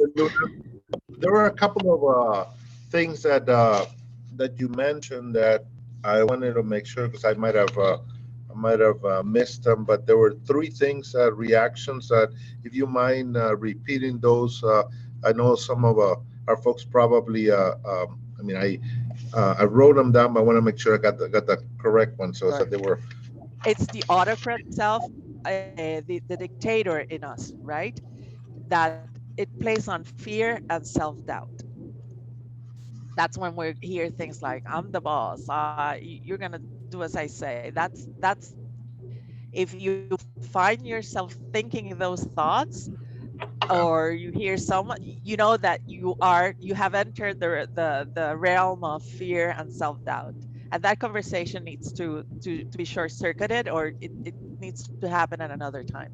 The self-pity yourself, the one that it's the second self that will try to take over, because we have a human need to be worthy through helping others. So that one is going to want to take over, either pitying someone or trying to get pity, like, look what all that I've done, and still they're complaining. And if that's what's going on, then you separate from the thoughts, or you process your emotions, but you don't let them take over the conversation. The other one is the detective self. That's the one that's going to say, like, oh my God, this person, I've been trying for hours or for a very long time to get them to see that what I'm saying is what's going to happen, and they keep saying something that is it's not correct. And sometimes we will go there. I've gone there. It's like I'll start asking 1,000 questions until I get the person to say whatever it is that I'm trying to get at. And I have proven, I have given myself recognition, and I have strengthened my self-esteem because I've proven I am right. But that conversation will not will not foster collaboration. It will make the point, it will happen, the other person will agree, it won't foster collaboration. You have just fulfilled a personal need. And then the distant human need, the distant self, plays on the human need for contact and self-confidence. That's the one that will play out when you want to withdraw, you withdraw as with withdraw as a tactic to have others pull you out, that get some, get the words out of you or pull you out of your shell. Thank you. Those are the four. No, thank you. I appreciate it. We're going to try to get some of your book. I know you were gonna send me that Oh, information, yes. and we can share it with some of our group here. So if you're interested in us getting the book, send me an email, Yeah. and we'll order some of those. Is it probably be electronic book? Is my correct? It is an electronic book. There's also a hard copy version. There's a paperback, Yeah. but yes, definitely there's one Sure. that you can access from Kindle, and you can have it. Yeah. The phone And will read it to you. sure, sure. And so the other thing, probably will thank you for being with us today, and we'll probably like to have you back now, down the road, because it's an interesting topic, and then certainly we want to look at maybe how much more we need to do to guard ourselves against these challenges, and maybe some practical things that we can do in more to enhance that. I think we need to hear more of not just how to detect it, but also how to do something about it. Yes, And definitely. how to articulate that and incorporate it into our daily activity. So I think we'd like to probably have a follow up with you down the road, and maybe bring you back to another session, and have a second kind of a go around, and maybe we'll have the book more available to everybody, so that as we get ready for that session, then we'll have the benefit of having the book, and maybe talk through some of those topics. So thank you very much for being here with Thank us. you. And That would be amazing. And yes, if any of the skills particularly are of interest, the teaching or the learning of any of the skills is of concern, I'll be happy to help with that also. sure, as well. And I know that you mentioned I will probably also bring you for some of our staff as a group in professional development, as a cohort. And so that's anybody that's in the group, again, we'll get you the contact information in case anybody else is interested in talking to you more about possibly some of these discussions. So again, thank you for Thank being you. with us, Mr. Luna. We'll Please be in touch. excuse me at this time because I have another engagement, but Thank have you. fun, you guys. Thank you. Appreciate it. Bye Bye bye. bye. All right. Well, thank you for moving on, and we'll go to our next session. And let's everybody just stretch and say hi. And we're gonna go into the wonderful world of accounting with Selena and Lupe. They're gonna enlighten us about this new thing called is it Gatsby 87? Is am I correct?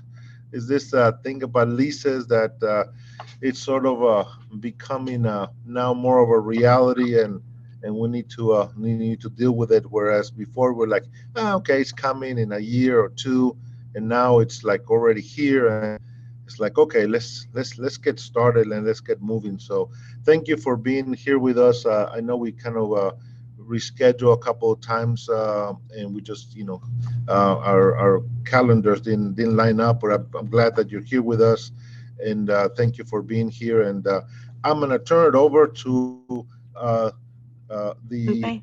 experts in the field, and would you make them a co-host so that they can navigate and fly this airplane? Yes, sir. So before we do that, can you please give a phrase?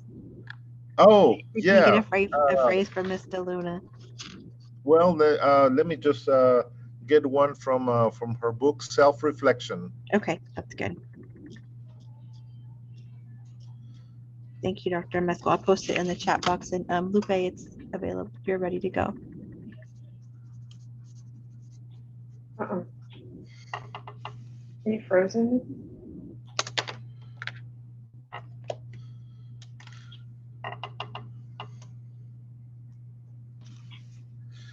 Now, Lupe, there's only one thing that I really like about this Gatsby. it's the number. It was the year that I graduated from college, so it was a good year. So the only good thing that I really, really love about that. Everything else is just accounting, But thank you for being here, and I don't know who will take it first, Lupe or Selena, but take it away. Well, thank you, Jesus, for that introduction. I'm sharing my screen now. Can everyone see the title slide? Yes, thumbs up? Yes, Okay, yes. awesome. So like Jesus alluded, Gatsby 87 is a reality. It's here for all of us now. I know we're all working through our fiscal year 2021 audit, but Leases is now effective in fiscal year 2022. So if you're a June year end, this started July 1st. If you're a August 31st year end, this started September 1st. So we're going to go through at a high level kind of some of the requirements of Leases, because we've talked about it for a while, but we're going to get into at the end of the presentation towards the end more about materiality and an example, because a lot of times vendors don't provide you with the interest rate, or they don't provide you with the fair value of the asset that you're leasing. So those are two key pieces of information you need to perform your calculations. That way you can make the proper entries in your general ledger. So we'll go through that. Here at the beginning, so these slides I'll send to Jesus, and he'll distribute them the way he normally distributes materials. So don't feel like you have to take a crazy amount of notes. You'll get access to the slides shortly after today. So here's my contact information, email, phone, and where you can find my bio on the Whitley Penn website. And Selena's information is here. We're both partners in Whitley Penn's practice. We service local governments, the public sector practice. That's all we do. So we're based here in Houston, but we operate all over the state of Texas. So on this slide, just to give you an idea where Leases falls into the mix of all the statements and standards that need to be implemented over this year and the following years. So if you haven't already implemented Gatsby statement number 84, fiduciary activities, you're doing that now in year 2021. We had several school districts that implemented that fiscal year 2020 because they had already done all the work they needed to do to go ahead and implement that. So 84 will be effective this year. 87 is effective for fiscal year 22. That falls along with some other standards that I don't think are going to impact other school districts very much. Maybe the interbank offered rate, the replacement of LIBOR, if you had any contract or agreements that reference the LIBOR interest rate, that could possibly affect you. And then I'd be remiss if I didn't mention Gatsby statement number 96, because that is very similar to Gatsby statement number 87, but that's going to be related to software. So that's the subscription-based IT arrangement. And if 87 doesn't apply, 96 most likely will, especially in a educational environment. There's a lot of software packages and platforms that school districts use to provide its services, not just at an administrative level, but in the classroom. There's several software products that are used in a school district. So those will need to be assessed for Gatsby statement number 96. So that will be coming up in fiscal year 2023. So moving into Gatsby 87, this has been with us for some time. We've been talking about it. The main thing here is that instead of having two different types of leases, which in the past we used operating leases and capital leases, Gatsby has now established one single model for recording leases in your financial statement. So it basically is following the principle that this lease is being executed to obtain the right to use an asset that belong to another entity. So they want those agreements, those commitments to be recorded in the financial statements, regardless if you own the asset at the end or if the fair market value exceeds 75%. There was the 4 different tests that we had to apply to determine whether something was a capital lease or not. Those have already have been replaced. So this was the current way of handling leases before fiscal year 2022. Here's the, does ownership transfer at the end of the lease? Is there a bargain purchase option? Is the lease term equal or greater to 75% of the estimated life of the property? Or does the present value of the payments exceed 90% of the fair value of the actual property? So now that has all been replaced with just this one model of reporting leases in your financial statements.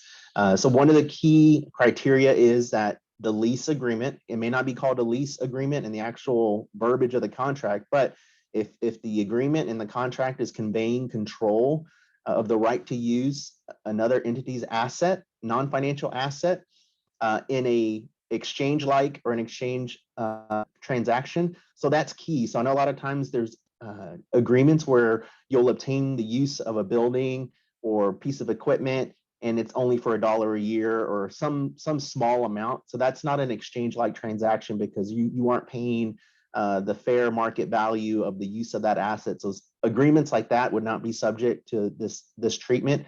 So I know those exist and those are out there. And so if it's something where it's just $1 lease, and this would not apply for Gatsby 87. So non-financial assets are going to be your tangible type assets, buildings, vehicles, equipment, and land. This does, we'll get into the exclusions or what's exempt from 87, but for right now, Gatsby statement number 87 applies to buildings, land, vehicles, and equipment. So the definition of control includes the right to obtain the present service capacity from that particular asset and the right to determine the nature and manner of how that asset is used. So both of these criteria have to be met over the asset in question, whether it's land, building, vehicles, or equipment.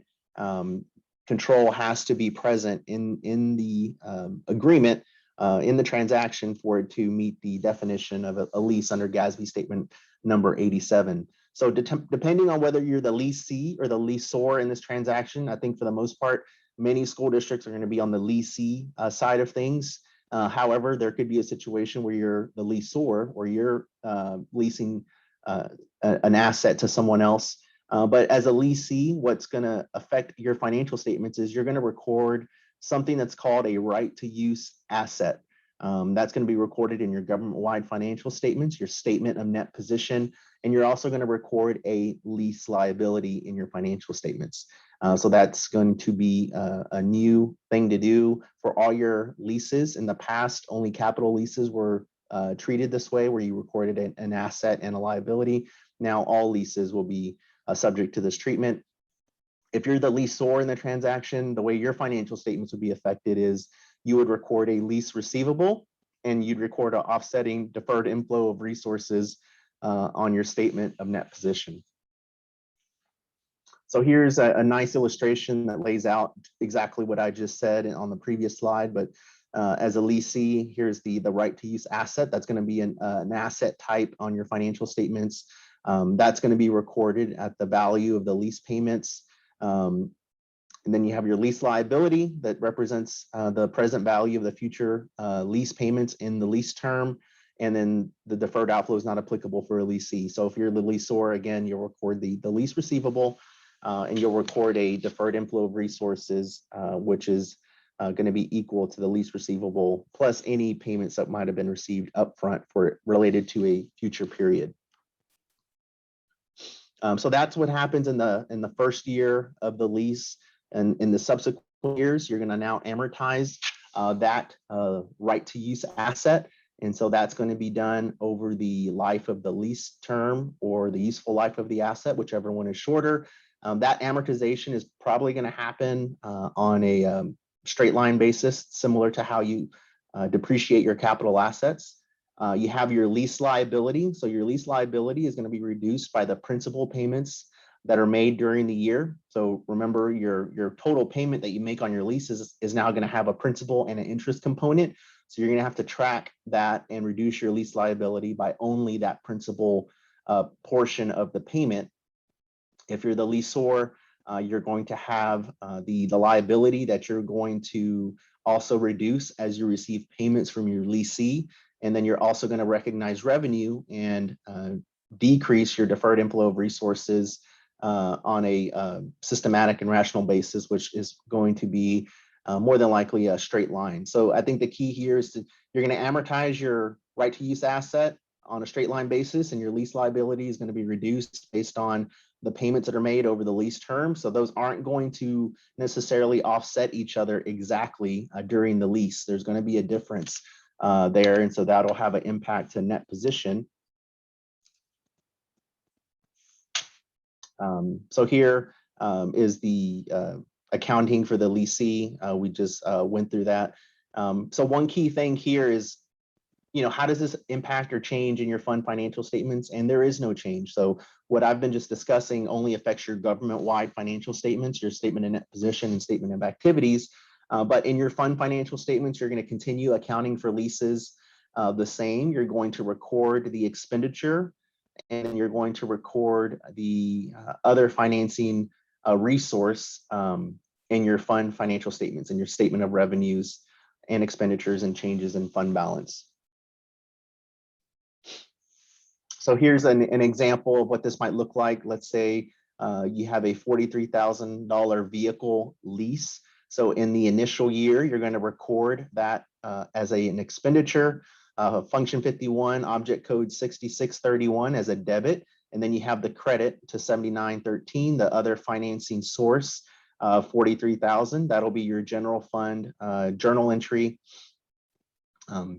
Once you start making payments on this particular lease, you'll record the principal and interest expenditure in the appropriate general ledger account, and then you'll credit cash. And so that's how that will look in your fund financial statements during the year. So in this particular case, this represents a monthly payment that's being made. So then when it's time to convert this to your government-wide journal entries for financial reporting, this is where you now record that right to use asset. So there's that debit to the asset category of 43,000. You have the lease liability that you're not going to record in your statement of net position. And then the next two line items reverse the entries that were made in your fund financial statement. So reversing the capital outlay expenditure and reversing that other financing source. Going down, you now are going to amortize the right to use asset. So that $8,600 is the amortization of that right to use asset. And then the lease liability is going to be the principal portion of the payment that was made. And so you're going to reduce your lease liability by the $8,143 and reverse the principal payment that was made in the general fund, that expenditure, because it represents a reduction of the liability in your government-wide financial statements. So that portion should be similar to the way the entries you make now for capital assets and long-term debt. So this is exactly what you'll do to account for your lease liabilities. So this is where it gets a little hairy, is tracking the amortization of the right to use asset and the reduction of the principal payments for your lease liability. So this is just that one lease, and this is just showing the first 12 months of that lease. You can see how if you have a handful of leases, I think Excel is an option. But again, with Excel, there's always the possibility of data entry error or formula errors. So the person that's responsible for this really needs to have a good handle on the lease requirements. So Excel could be used for a small number of leases, but you're going to be tracking schedules similar to the one shown on this slide, tracking those lease payments, tracking the amortization of the right to use asset. In the column with the red numbers, you can see that's the difference between the payments and the amortization of the right to use asset. So they don't always equal. Eventually, if we get down to the last month of the lease, yes, they will equal, and the lease liability will be completely exhausted, as will the right to use asset. But in between those months, there's going to be a slight difference there between those two amounts. So what's excluded from the Gatsby 87 treatment? So if you have any biological assets, conduit debt financings, that's primary financings, that's typically seen in a county government environment. Inventory, have intangible assets bolded there because you can see an example of an intangible asset is licensing for computer software. So that's what's going to be covered by Gatsby statement number 96. Any service concession arrangements, we see this a lot in city government environments. Short-term leases. So if the lease has a maximum term of 12 months or less, Gatsby statement number 87 does not apply. So that's one of the big things. In addition to obtaining control is the lease term. Is it greater or less than 12 months? The maximum possible term of the lease has to be 12 months or less for it to be excluded from Gatsby 87. So we have some clients that say, oh, that's good to know. That's great. Then I'm gonna make all my leases short term. Well, that may be a good thing or a bad thing, because maybe it's a good thing because you don't have to apply Gatsby statement number 87. But if you're having to get new agreements each year, it's possible that whatever you're obtaining the right to use, whether it's a building or a piece of equipment or a vehicle, the price is going to continue to escalate as prices keep going up over time. So if you don't lock in that price for 5 years or 3 years and you want a short-term lease, then you're probably going to end up paying more over time for that particular item by using only short-term leases. The last item there is a supply contract and related to power purchase contracts. And so that typically applies to utilities, and that's not a school district application. So here's what's excluded. So I think the big things here are intangible assets and the short-term leases for everyone on the call today, that those are excluded from Gatsby statement number 87. A few months ago, Gatsby did release an implementation guide that included a lot of great examples that applied a lot of the requirements of Gatsby 87 to specific situations. In this particular example, it referenced a city that owns a fleet of equipment. The pieces of the equipment are capital assets reported in internal service funds. So a lot of governments use internal service funds to account for their fleet or for other types of equipment and vehicles.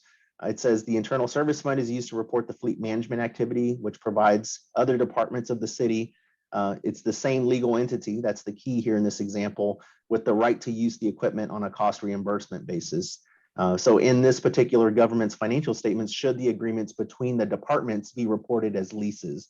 And so the answer to this one is no, because control isn't being conveyed to another legal entity. All this is happening with the same governmental entity. So Gatsby 87 does not apply in this situation with an internal service fund that's charging the other funds for the use of equipment or vehicles. So if you're in that situation and you've been wondering, does the lease standard apply to this? Then the answer is no. Another lease definition example, we have a governmental entity that enters into a multi-year contract with another entity that obtains the right to use the government's facility for retail sales. In that contract, it states that the entity is required to make periodic payments based on a set percentage of retail sales, in addition to some periodic fixed payments. So the question here is, are the variable payments based on future sales included in the assessment on whether the contract is an exchange or an exchange-like transaction for the purposes of meeting the definition of a lease? So remember earlier, I mentioned in order for it to meet the definition of a lease, you have to obtain control and it has to be an exchange or an exchange-like transaction. So in this situation, in the contract, it states that there's variable payments based on sales, the amount of sales that the leasee will have in its operations. And so Gatsby responded and said, yes, that this particular example would be an exchange or an exchange-like transaction, so it would meet the definition of a lease under Gatsby statement number 87. So that would be used in the measurement of the lease receivable. In this case, the governmental entity was the lessor, so it would record this particular lease agreement as a lease in its financial statements. Looking at the lease term, remember a short-term lease is not subject to Gatsby statement number 87, but we have a governmental entity that enters into a 72-month lease as a leasee. Both the government and the lessor have the right to cancel at any time without permission from the other party with 24 months advance notice. At the end of the reporting period, neither the government or the lessor had exercised the right. Should the government reassess the lease term? So I think the key here is the 24 months advance notice. So it has to be a non-cancelable lease term for Gatsby 87 to apply, and it has to be 12 months or greater. So Gatsby 87 does require that the lease term be reassessed each reporting period to determine if any of these options were exercised by either the lessee or the lessor. So because at the end of the reporting period, neither party had exercised their option, And because during the first 48 months of the lease, that hadn't occurred, so this lease period would still exceeded the required lease term for it to be accounted for as a Gatsby 87 lease. And so that financial reporting requirements of the statement would also apply. We have short-term leases. Example, a government enters into a 3-year contract for the right to use a piece of equipment. The government only has the right to use the equipment for 3 months of the year for 3 years, so January to March of each year for 3 years. Based on the contract, has the government has the control of the right to use the equipment during those 3 months of each of the 3 years. Is this a contract? Is this contract a short-term lease under Gatsby statement number 87? So this does come up from time to time. I know we work with a community college that obtains the use of a stadium for its football games. It doesn't own the stadium, but it does have an agreement with another governmental entity to use the stadium for a period of time. And so this would be a very similar example. So looking at this, you have to look at they're using this for 3 months out of the year for 3 years. And so since this is only 9 months, it does not meet the definition of a lease under Gatsby statement number 87. So Gatsby did agree that this is a short-term lease because the maximum term of this agreement was only 9 months, and that's clearly less than 12. So you would not apply the requirements of Gatsby statement number 87 to that short-term lease. In this particular example, we have a government that enters into a multi-year contract as a lessee for the right to use a building. The governmental entity provides payment in full at the commencement of the lease term. Should the government recognize interest expense during the term of the lease? And so the answer here is no, because if you pay it in full, there is no liability to accrue expenses on. However, you're still going to have that right to use asset to still record in your financial statement. So there's no liability, but you did pay in advance, and so you still record that right to use asset. Should a governmental entity report accrued interest as part of the lease liability or as a separate liability? So Gatsby has answered that question and said that the lessee should report accrued interest payable separately from the lease liability. Those should not be combined in the financial statements. If we have a city that holds legal title to a building, the city hires a property manager who is responsible for leasing portions of the building out to other tenants, entering into lease contracts. Is the leaseor the city or the property manager? And so here you have to look at who has the right to control the use of the building. And so that is still the city, not the property manager. So the leaseor in this particular example is going to be the city. And so the city would have to account for these agreements in its financial statements. The property manager has not been given the right to control the use of the building by the city. The effective date, as I mentioned, is already here. Fiscal year 22 is the date that all governments have to apply the requirements of this particular standard. One thing to note is when you implement Gatsby statement number 87, you do not have to look backwards into prior periods, and you just start as if you pick up where the lease agreements are in fiscal year 2022, and you start recording them as leases in this fiscal year. So let's say you're in a 5-year lease, but fiscal year 22 is the 5th year. So you only have 12 months or less left in that lease. Then that would not you would not apply Gatsby statement number 87 to that lease. You would not have to look back and record a prior period adjustment. This is not going to require a prior period adjustment to be made in order to implement Gatsby statement number 87. So here I have a few slides on Gatsby statement number 96. Just because this is coming up very quickly, and this is going to have a bigger impact, I feel, on school districts, if more so than Gatsby 87, just due to the fact that everything is software based, and companies have really moved into a subscription-based model. You can't go and buy software off the shelf and own it forever anymore. The companies force you to buy licenses, and you have to buy, they're only for 1 year. So all those agreements that are structured that way will have to apply. And this will apply for fiscal year 2023 for school districts. So now is the time to start getting an inventory together of all your contracts of software and going through and making the assessment as to whether or not that software meets the definition of a lease, essentially under Gatsby statement number 96. So again, similar to a lease, anything under Gatsby statement number 96 is a contract that conveys control of the right to use another party's software alone or in combination with tangible capital assets for a period of time, long-term. So the same short-term exclusion applies. So it has to be a long-term agreement in an exchange or an exchange-like transaction. So again, you can't, anything that's for $1 would not apply and would not be an exchange or an exchange-like transaction.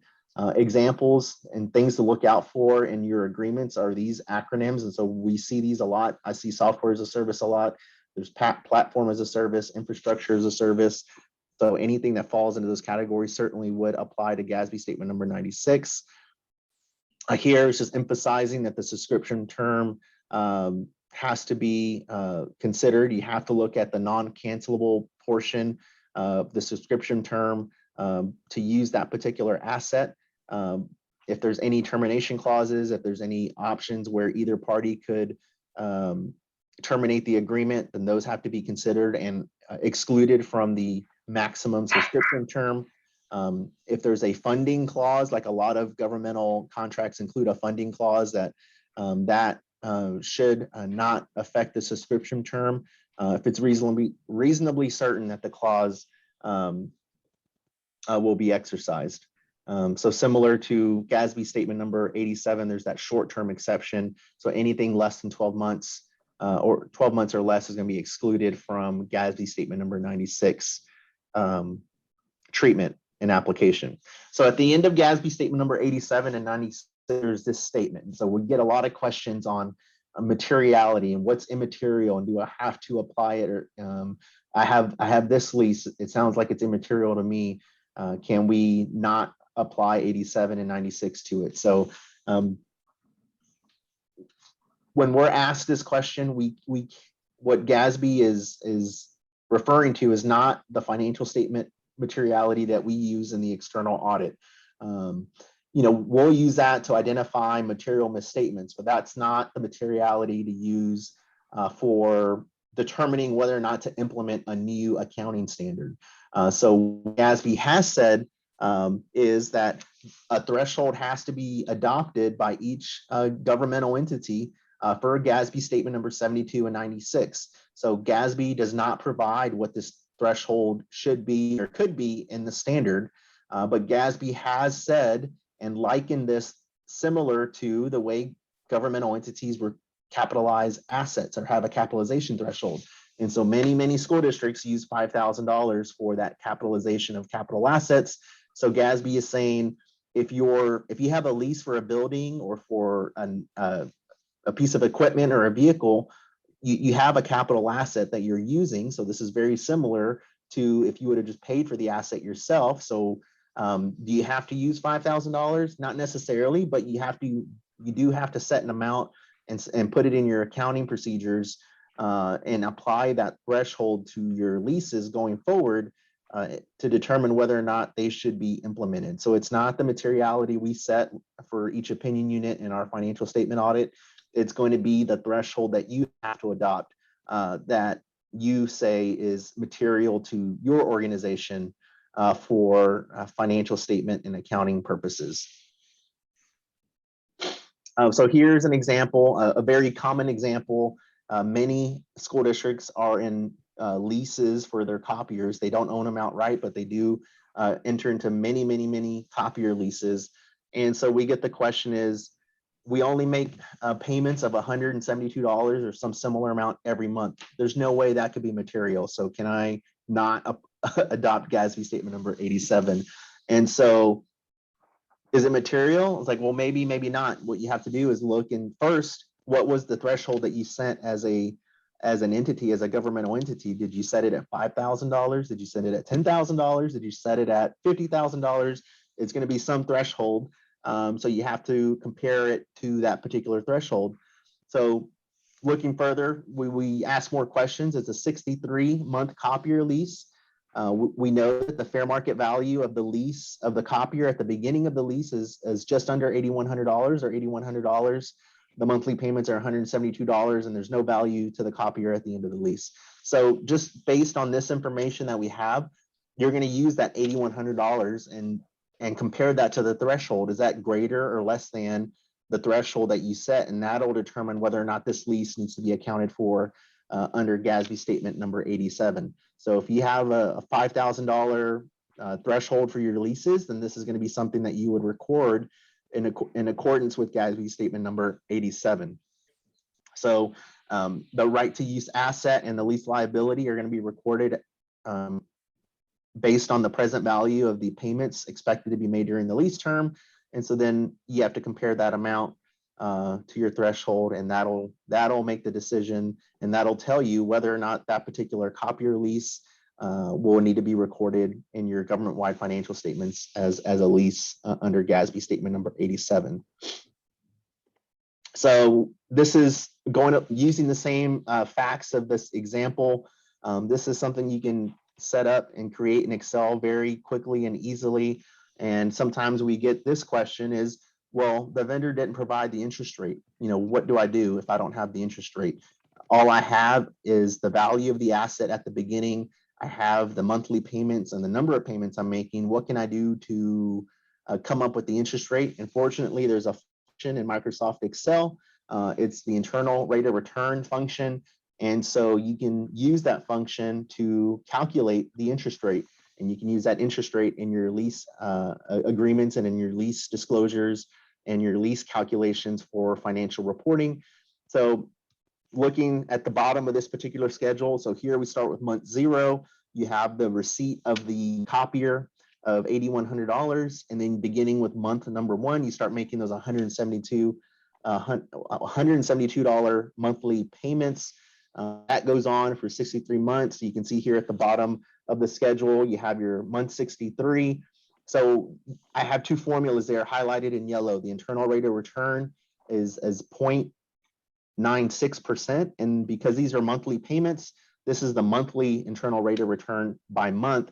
So to come up with an annual percentage rate, you have to multiply that percentage by 12 to arrive at the 11.53. Now, I know this is just a picture of the spreadsheet, but here are the cells and the formulas that I have in each cell. So cell H74, which is just has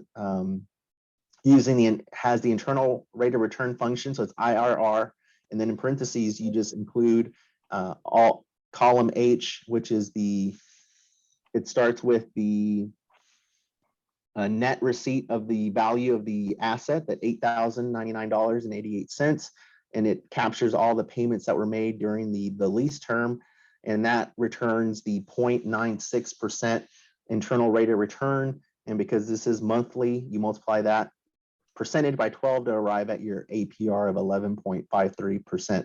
So you can use the IRR function, but just keep in mind when you apply that, are you making monthly payments? Are you making quarterly payments? Are you making semi-annual payments? Are they annual payments? That way you're coming up with the right APR and applying, if you have to multiply it by 12 or 4 or 2, or if you're making annual payments, then the IRR is the APR, and that's your percentage on this particular lease agreement. So I think sometimes going through this process, it kind of opens up your eyes. You're like, oh, wow, we're paying 12% on this lease to obtain the use of this copier. Is that the right decision or not? But I mean, that's just what it is. In this particular example, 11.5 was the percentage interest rate in this particular agreement. Another example is, what if the vendor doesn't provide the value of the asset in the agreement? All I have are the monthly payments, the number of months in the lease term, and I do know the interest rate. So you can use the present value function in Excel. And so you can see in that cell J9, I have a formula that includes the 11.53%, which was the percentage, the interest rate on this particular lease agreement. You divide that by 12 because you're making monthly payments. You have 63 months in the lease term, and then you have your monthly payments of 172. And so that returns the present value of $8,100.68. You can see it's not exactly the $8,099.88. There's an 80-cent difference, and that's just due to rounding. So it's very close. So you can see that these two functions in Excel do work out. So present value and IRR are going to be two functions in Microsoft Excel that you're going to be becoming very familiar with if you're going to be using Excel to track your leases. So these are going to be very important slides for you to refer to if you don't use those functions very often, but I think they're very, very useful and powerful in order to come up with the information you need to record your leases properly. Because I think many agreements don't include all the information you need, at least right now. I think going forward, as vendors determine and realize that their customers are going to need this information, they'll start including the interest rate and the fair market value and et cetera in their contract agreements. But at least initially, you might have to use one of these options in order to calculate back into the amounts and percentages that you need for recording your leases and your financial statements. Now, I mentioned earlier, you could use Excel. You can use Excel to record your leases. However, if you have several leases, it's going to get a little hard to manage everything in Excel. So there are vendors out there that offer products, and here are a few that we've come across in our research and working with our clients. So debtbook.com is one that's come on the scene here recently that I've seen a lot of clients contract with. They in addition to leases, they also help manage your bond schedules and amortization payment schedules, Easy Lease, Lease Query, Truly On, and there's several others. If you just use an internet browser and search for lease software solutions, you'll find many more. So that's an option as well, something that you can look into to use as a tool to help manage your leases, whether you're a leasee or a leaseor. But the main thing is coming up with an inventory, a listing of all your lease agreements, and then going through making a determination of what's going to be up over your threshold that you set.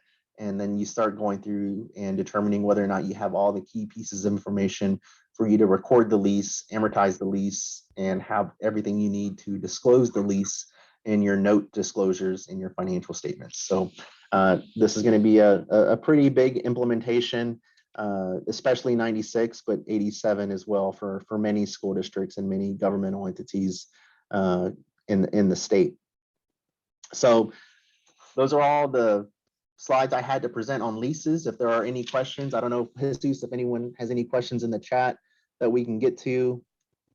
Doesn't look like it.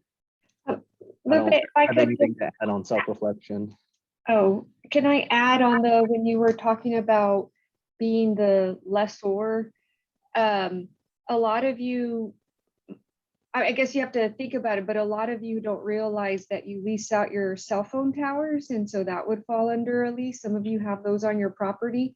I have some districts that they have parking lots that are leased out to banks that are in proximity of the school district. So it's just determining, and like Lupe said, doing an inventory of what you have. And sometimes you realize that your district is involved in a lot of things that now have to be assessed for this lease implementation as well. And Lupe, is it correct to say that we'll calculate the subscription-based IT agreements the same way as we did with these leases for tangible property?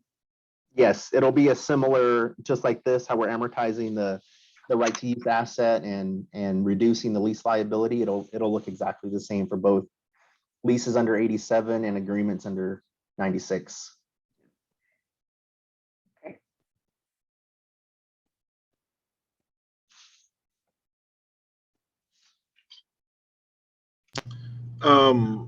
Thank you, Lupe. Have a question. Talk a little bit about materiality a little bit more, because we talked about there are, especially not so much on the leases side, but on 87, but on 96, there's most of the software nowadays is software as a service. You know, you buy something, you subscribe to something, and so we have maybe a lot of small ones that are maybe under $3,000 to $5,000, and so and some of them may be in like $10,000, $15,000 threshold. So what is the you mentioned having a threshold of about 5,000 for a small, you know, so to be in material that you don't need to record anything. Have you seen any thresholds higher than 5,000? Officially, no, but we have been in discussions where we have some school districts thinking about using a higher threshold, greater than their capitalization threshold that they use just for their finance, you know, for their own capital assets that they pay for. You know, I mean, in a lot of ways, it should be the same, because whether you're paying for it or you're financing the use of a piece of equipment or software or a vehicle or a building, I mean, the substance is the same. You're obtaining an asset. Right. So you probably, I don't know, it's going to be up to each school district, but I think if it's not 5,000, Okay. it could be very similar or a little higher. Yeah. So yeah, it's just that there's some that are, you know, that I can see that are going to fall between 5, you know, just a little bit above 5, not necessarily material enough to where, you know, anywhere between 5 and 10,000, and so the question is, you know, well, so they're going to be over 5, so we're going to have to do a lot of work for something that's $8,000-9,000. Right. You know, it's not, you know, it's not, to me, a lot worth it to do that for some of those. But so when you look at those and you're saying, okay, so my threshold is 5,000, and I have 20 of those leases or 20 of those agreements that are under 5,000. What kind of documentation do you suggest that we keep to determine that, yeah, they fall under 5,000, and you know, so that whenever there's an audit and say, well, why didn't you apply a Gatsby 87? Oh, well, because it's under 5,000, and here's my documentation for it. Is there any specific things that we need to document somewhere, or just by the fact that it is under 5,000, is that enough? Or is there anything else that we need to be documenting for those things that are not going to apply this threshold? So Gatsby did release some guidance recently related to something like that, but it was just for capital assets, not leases. But it could be similar. And so I think in a situation like that, Jesus, where you have several leases that are all very similar, but they're all under 5,000, but then you look at them in total and that there's a significant amount. I mean, you're going to have to probably document that you went through the thought process and the consideration, and your stance was that each lease was less than 5,000. So we did not apply the requirements of Gatsby 87 to these particular leases. But I know beginning in a future fiscal year 23, Gatsby has recently released guidance on the capital asset side saying, if you buy multiple items that individually are less than 5,000, but together are a significant amount. So in their example, they gave computers. You know, you buy 100 computers, that each computer individually is less than your capitalization threshold, but in total it's $150,000. Gatsby is saying now that you need to capitalize that as a group of assets and report that in your financial statement. So they haven't said that about leases yet, but they might. And I think if you're entering into multiple, let's say it's copiers, you're entering into multiple lease agreements for copiers all over your district. I mean, if they're all happening at the same time and for the same type of item, I mean, you could make the case that this is a significant lease. And the purpose and the spirit of this particular standard is Gatsby wants governments to report and be fully transparent about any agreements that they're entering into that have a long-term impact on the district. So if it exceeds 12 months and you're entering into an agreement and committing to making these payments over a 3-5 year period, then they want you to record and present those in your financial statement. That way your financial statement users have a clearer picture of what activities and what agreements and contracts you've entered into over a period of time. So again, something like that, Jesus, is kind of a gray area. If you're in, if you're going to dissect it and say, okay, well, each individual lease is less than 5,000, but if you're leasing 50 or 100 copiers, then it might be a significant transaction that should be recorded. So in your example that you had with the copiers, that fell under 87, right? Not under 96? Yeah, the copier this is a Gatsby 87 example, yes, because it's equipment. So land, buildings, equipment, vehicles, tangible assets fall under Gatsby 87. Anything intangible, especially software, that would be 96, subscription-based IT arrangements. Yeah.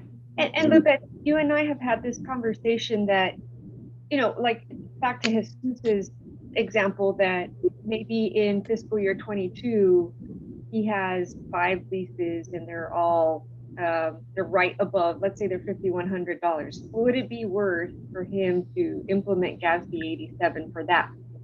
Maybe not all of the rigmarole that it takes, but he would still have to keep that listing, that inventory, and then continue to add on. And at some point say, okay, well, maybe last year these 5 weren't, but we entered into another 15. When we aggregate those and these that we just entered into, I think we need to, now it could be material significant, or it would matter to the readers of the financial statements. And I think maybe not saying, Selena, give me the materiality calculation and tell me what this would do. Well, that's ours for misstatement, but it may be different for your board members to know. And I say that carefully, because they may care about $1. I don't know. They would, but it's more of using judgment on would the reader care about 25 copier leases. And I have one district that gave me. They have copiers throughout their district. It's 45,000 kids. They gave me their middle school copier lease to assess, because they're all the same for all middle school. High schools would have been a little bit more costly, elementary a little bit less. So they gave me a middle school one to run the numbers to see what does the annual lease or commitment for over the term of lease, what does that equate to? And then that's how they were going to determine, is this even worth implementing? But again, you can't determine that in the aggregate. It's not going to amount to a hill of beans without going through that inventory process. So I think you still have to go through it and analyze it before you can, and like Lupa said, document your rationale that you did look through it, not just say, I feel like it's not, but you would have to go through that analysis and show your inventory that you've gone through. Yeah, I guess do your due diligence internally that you made an assessment and made one determination, one or the other. So yeah, and I have seen work with cities and counties, and I've seen mayors really pay attention to fixed assets, and so they don't care whether you lease it or not. They want to know that did you account for it.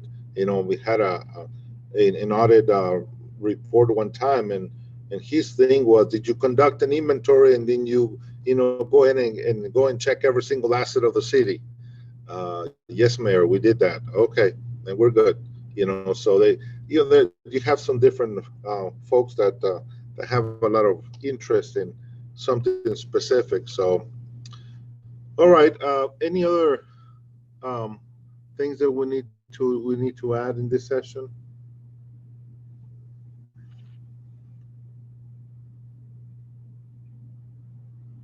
You're sending over baked potatoes, right? Barbecue baked potatoes for lunch?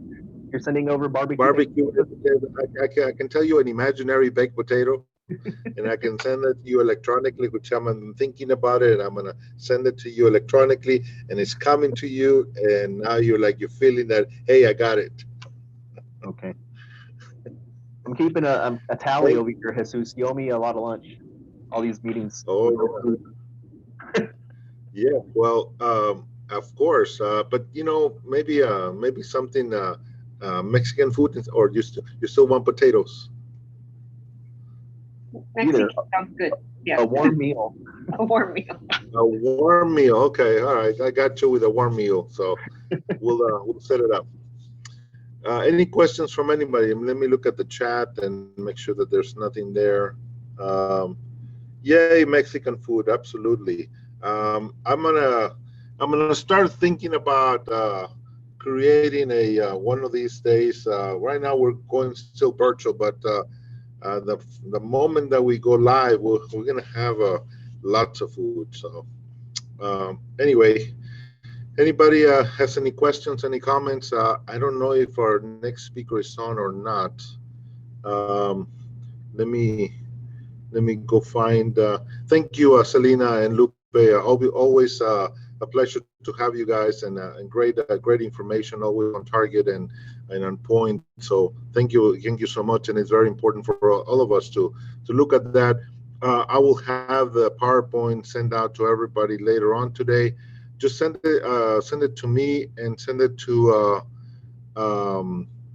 Jessica as well, for both of us, and we'll route it out and we'll send it out to the group. So it was interesting actually, because I teach intermediate and I was talking about leases just this week, and I said, oh no, leases. I know leases is just, I mean, and for some reason people have a tough time with sales type of lease. On the private sector, not on the governmental sector, but it's like a whole world that that they have to look at that. So, but anyway, great, time and be able to do this. So thank you for being here, and we will see you guys. I won't keep you from your potato and your hot meal. So we'll get together soon. Okay. Thank you, Jesus. Bye. Thank you. Bye, everybody. Thank you. Bye, everyone. All right. Let's see. Let me see if our next speaker is on from T-Mobile. Let me just double check to see that they're on before we. Give me a second. Let's take about. Let's see. What time is it? 11:45. Let's take about a 10-minute break, and then we'll come back at 11. It's going to be 11:47. So right at 11. Yeah, about by 12. We'll get started at 12, and so we'll give some time to our speaker to join us. So we'll be back in about 10 minutes.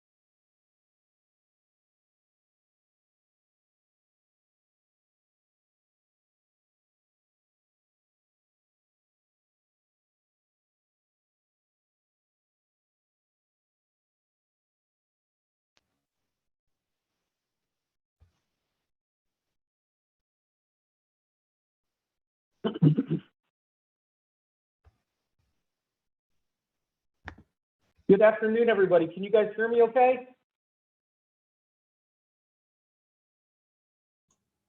I think everybody's muted. Brian, hello, I is can this hear Brian? you. Yes.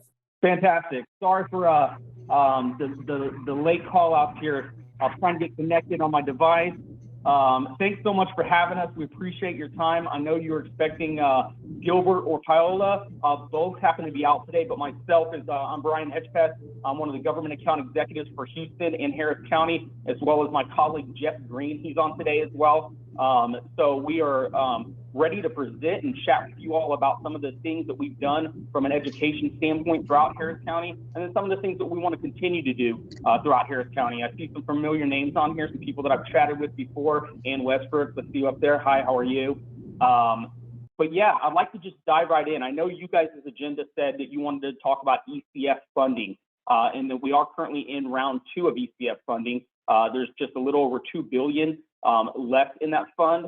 And you all have the dates currently, but what I'm going to do is I'm going to share a little deck with you guys, if you don't mind, on some of the things that we've done for Harris County and some of the things that we can do as well. Jeff, let me, I need to make you a co-host so that I can, you can share a screen. Yeah, do it for Brian Hedgepeth, please. Okay. Got it. You should have the ability now. Fantastic.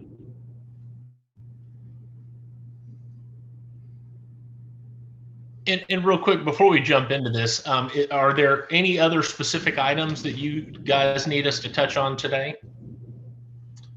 We're gonna basically that was a primary purpose. Any related items will be also okay.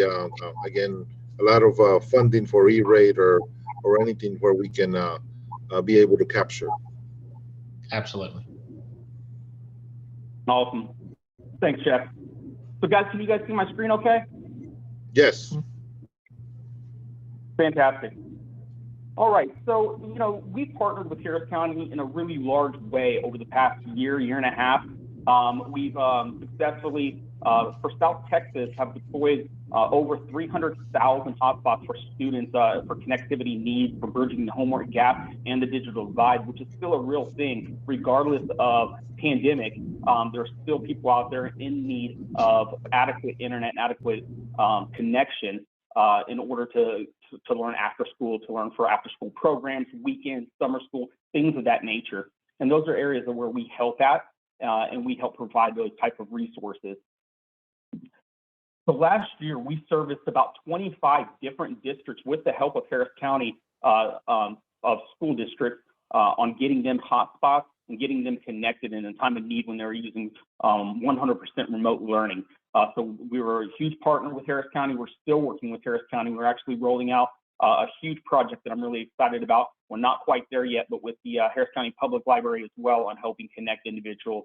So that's a really, really big deal for us, as well as it's nice because I'm from Houston area. So I've grown up here my entire life. So it's great giving back to the community and helping those individuals. So what's the homework gap? I'm sure most everybody on this particular call know about the homework gap, and they know about the lack of resources that some individuals may have. In the U.S., we have 56 million households with children, and nearly 15% of those homes do not have internet access, or at least adequate access. We've had numerous studies that came out that without home internet access, there's a consistent pattern of lower scores in reading, math, science, and there's a lot of research that's linked between internet access for motivation, engagement, attendance, academic achievement, and things of that nature. So I think everybody on this call can all agree that it is an issue and it is something that we're all trying to strive to fix and to shorten that gap.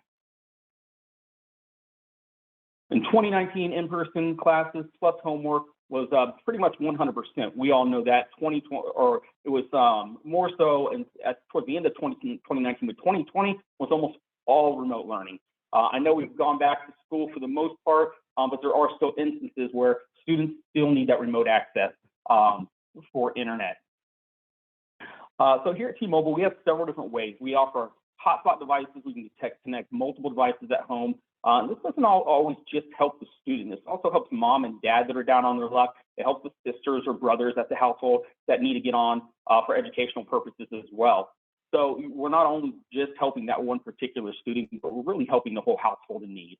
We do offer connected Chromebooks as well that come with an embedded SIM card inside them so that they can get on and utilize an actual Chromebook. And then we also offer ruggedized tablets with connectivity on there. All of these devices have content filters as well, so that they're not looking at things that they shouldn't be looking at or going on websites where they shouldn't be going. So ECF funding. I know we want to chime in and talk a little bit about ECF funding and what we're doing from there. The first round we know is over with. It's for funds for July 1st, 2021, all the way till June 22nd or June 30th, 2022. I think we also have Dr. King on the call that was going to go through a couple of key points for ECF funding. Dr. Taylor? Or, I'm sorry, Dr. King.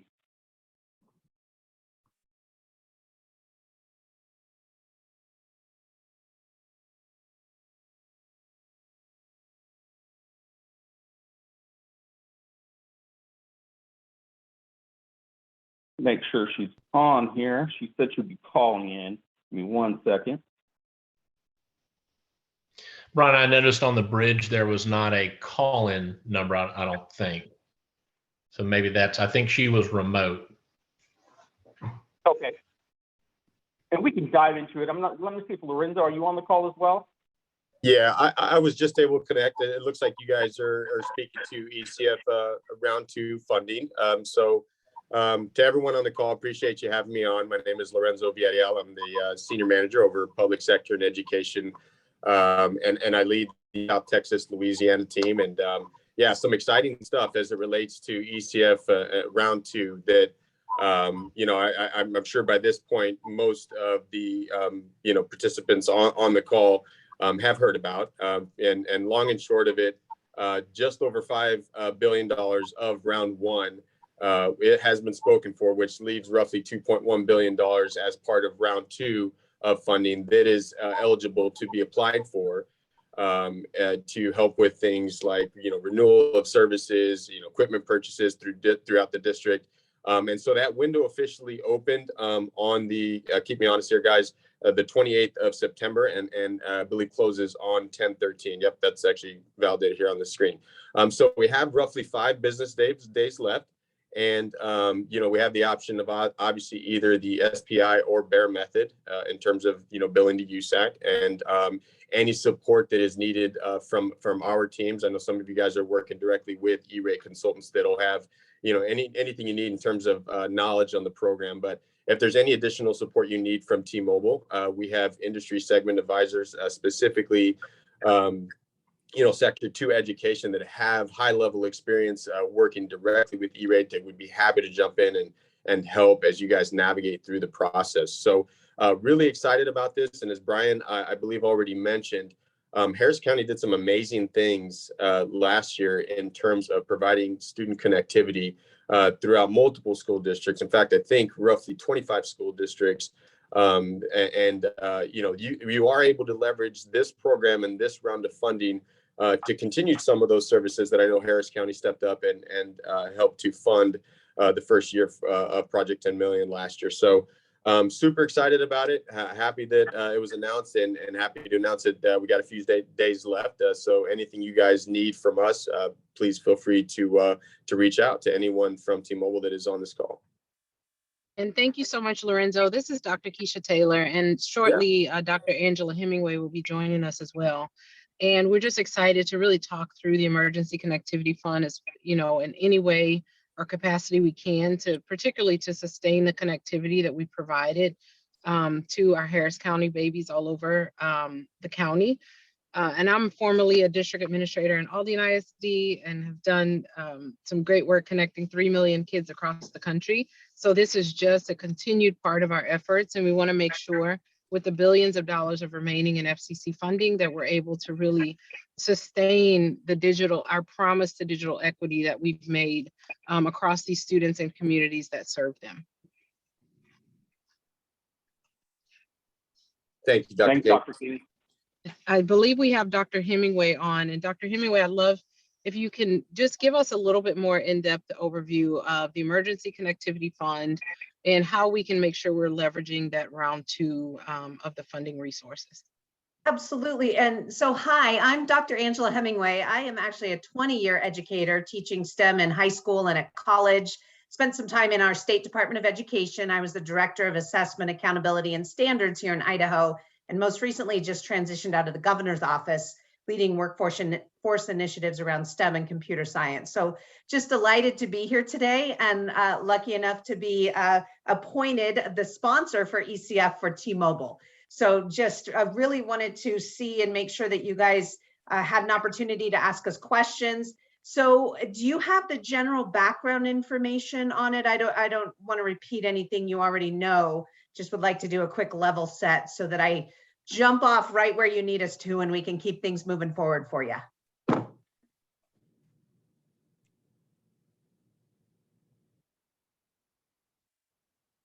Perfect. Well, why don't we start at the beginning then?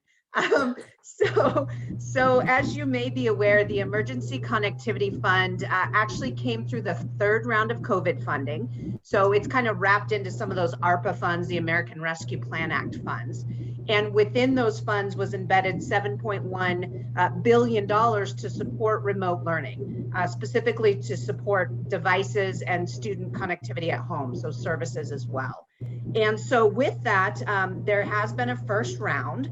And during that first round, out of the $7.1 billion, $5 billion was awarded. Anyone that applied in that first round is going to be 100% funded, and they're receiving their award letters now.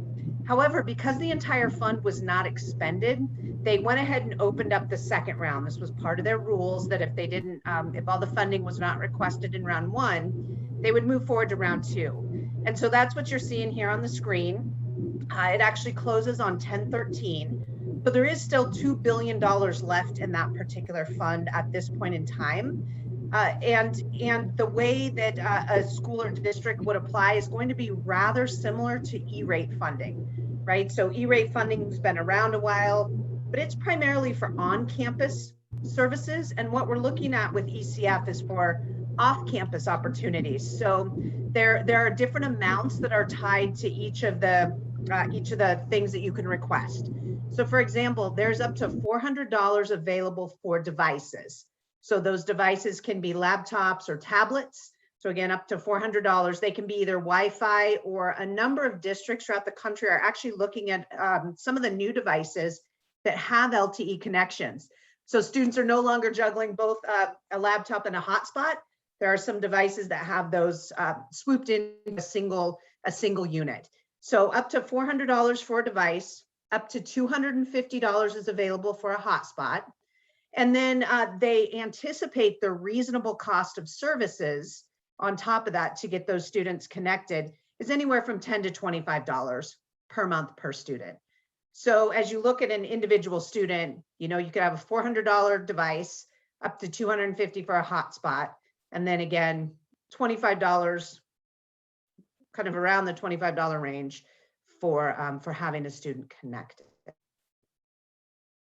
And so with that, what districts are doing is they have to be able to determine their unmet need. And districts are determining unmet need in a variety of ways. Some districts are actually putting out surveys to students and to parents to determine if they have a Wi-Fi connection at home. So that's certainly one approach. Other districts are taking a closer look at their student demographics. So they're looking at, you know, for the little ones, how many little ones are falling behind in reading and might need some additional reading support at home. For the older students, perhaps they're looking at number of students that might need credit recovery or are suffering through chronic absenteeism. So again, there are a variety of different metrics that are available that districts can look at or schools can look at in order to determine, you know, their unmet need. And that is something that is going to be required to put into the application. With that, and Lorenzo, I don't know if you had other particular topics that you thought we should touch on. I just went through that pretty quickly. And so let me pause and see if there's questions or other topics that that we had hoped to touch on today.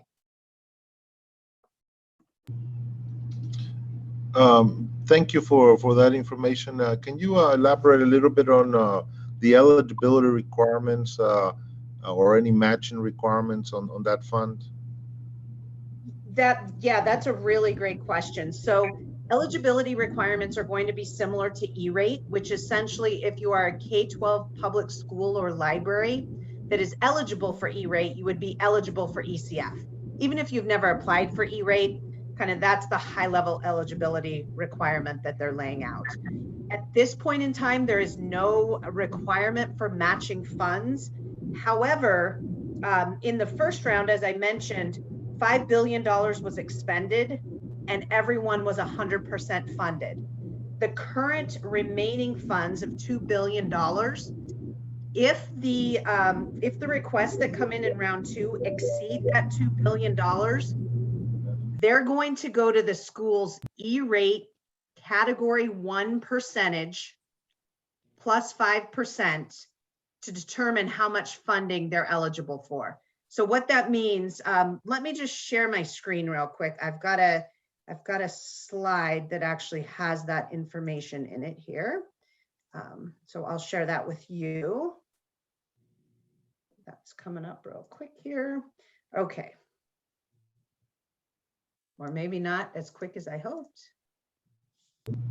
All right, so I think this slide will kind of just help explain a little bit what that might look like. So there is potential for matching funds.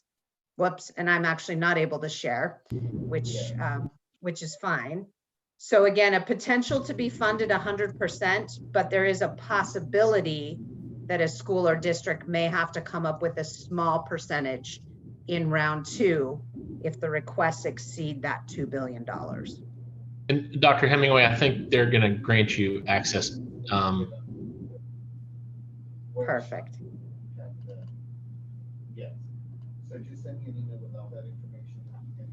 So were there any other questions while we're working to get screen share access, which still hasn't quite been granted to me? Just to clarify, and I appreciate you running through that, Dr. Hemingway. So in the scenario where, as part of ECF funding, ECF round 2, in order to receive 100%, it would mean that the $2.1 billion would not have all been requested for, correct? That'd be the scenario. Yes, that is correct. So again, if Okay. requests are less than the $2 billion that's remaining, everyone will be funded 100%. If requests coming greater than that remaining fund, then they would go to your category 1 E-rate percentage plus 5% coverage. So let me see Good to here know. again if, okay. Yeah, and I'm still not ever just I'm trying to give you access, but I'm having trouble with the access. Give me a second. okay, perfect. Any other questions that you have at this point in time related to ECF?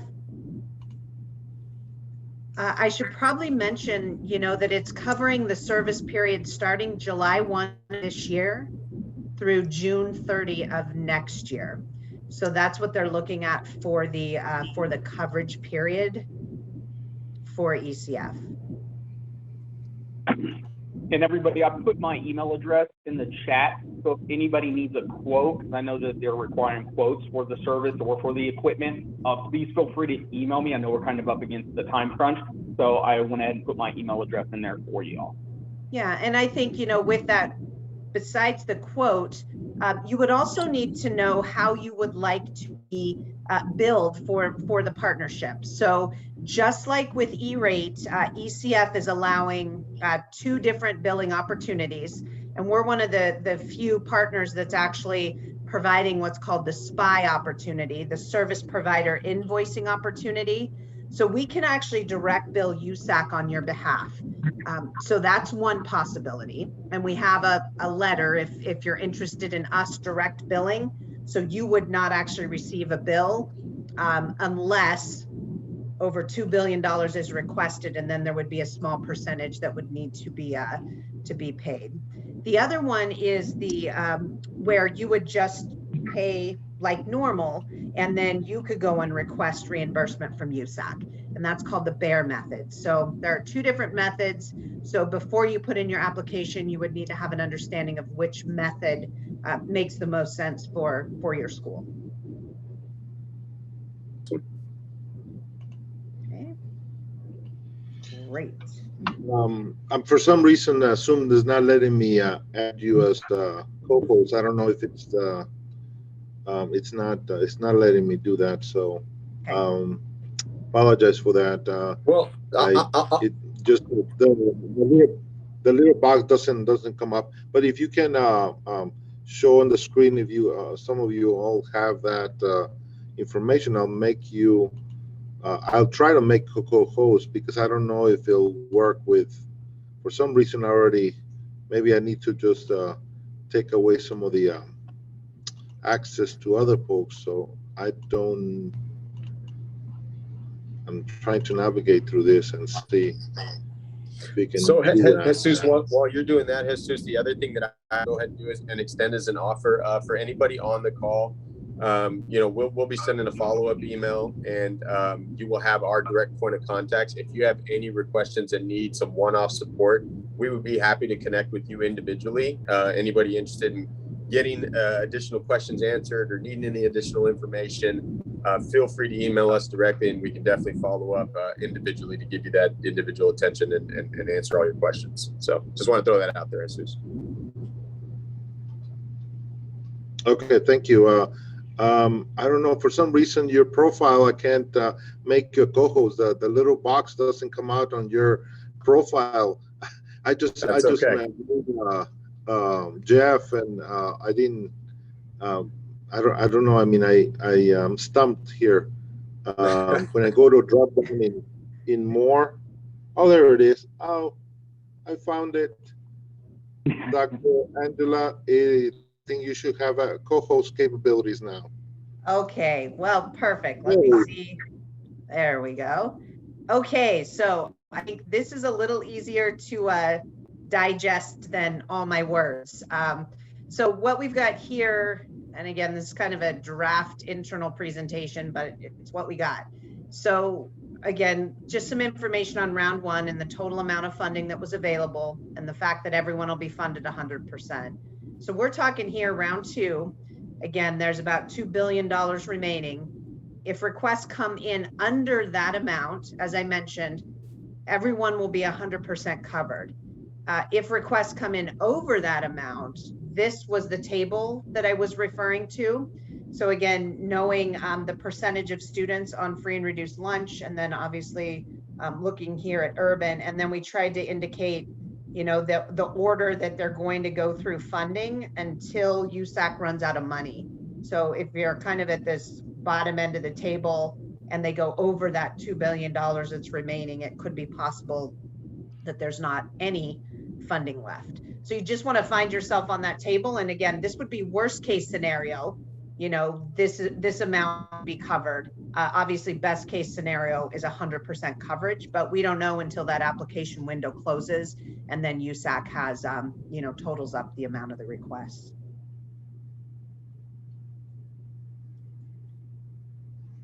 Okay. Any questions on that?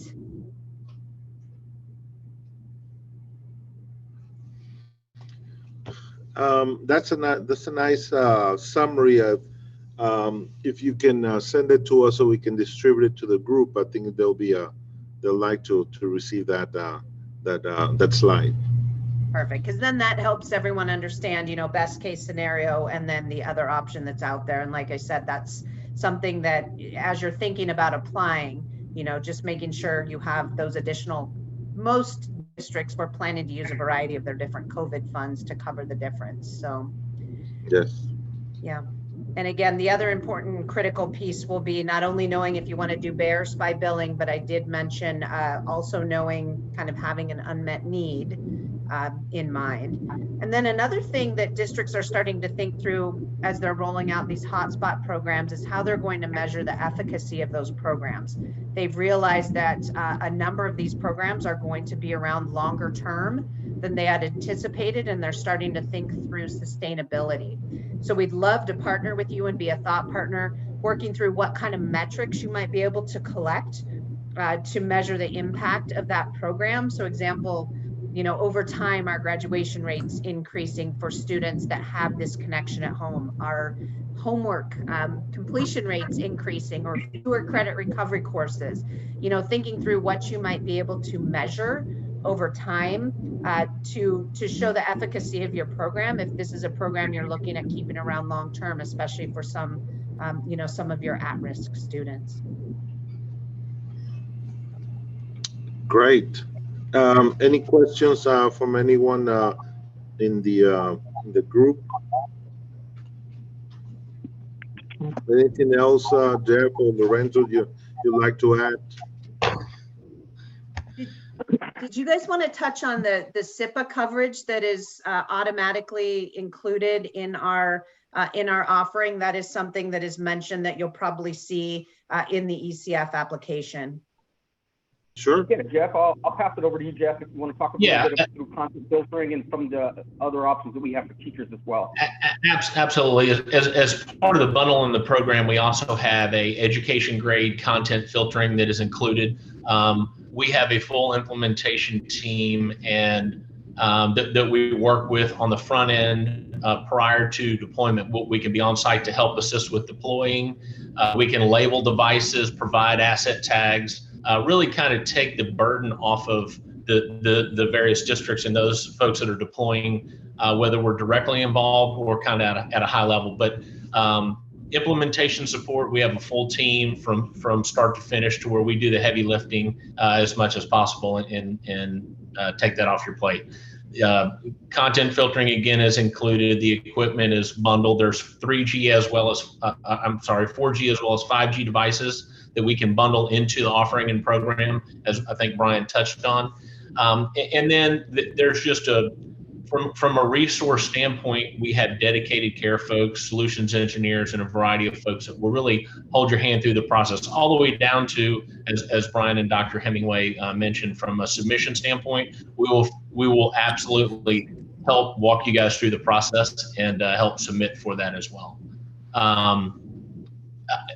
a lot of questions that come up as well that we look at is from a network capability standpoint. We have post-merger, we have put $70 billion that we're in alignment with to put into the network. Right now, today, we're roughly 35 billion into that. The great news, as Brian threw out some statistics earlier, we've done a lot of stuff with TEA. We've done a lot of stuff with the county and in the Harris County area. So we've dedicated a lot of resources from a 4G, 5G perspective and enhancements around the network to really provide just a superior coverage and footprint to provide connectivity to students. So we've had a lot of success with that. Rob is actually our solutions engineer. He's on the call. Rob, did you kind of want to touch a little bit on network specific to Harris County? Sure, no problem. So I was asked to look at what we look like in Harris County, and we have full 5G deployment all over Harris County. We've dumped a ton of money into just making sure that was a good, solid network for this project. 5G's been fully deployed, and that's not even talking about the Sprint assets that are currently being integrated into the network. We're about 40 to 50% through with getting these assets integrated with the T-Mobile network. So the coverage and the spectrum and the capacity that we have is just second to none. So you're in good hands from a network perspective. The SIPA filtering, one other comment on that is that's a network level SIPA filtering. That's nothing that anyone can circumvent from a device level. So you don't have to worry about getting apps or anything loaded onto a device. Anything else, Jeff? No, I think that's great. Again, a network's a big piece of it. We have some 5G deployment specific equipment that really parlays and utilizes the strength of our not only our 5G network but our 4G as well. And again, resources, funding, everything is being thrown at that, and there's a ton of attention right now on the Houston market as well as Harris County. Lorenzo, did you have any comments that you wanted to touch on?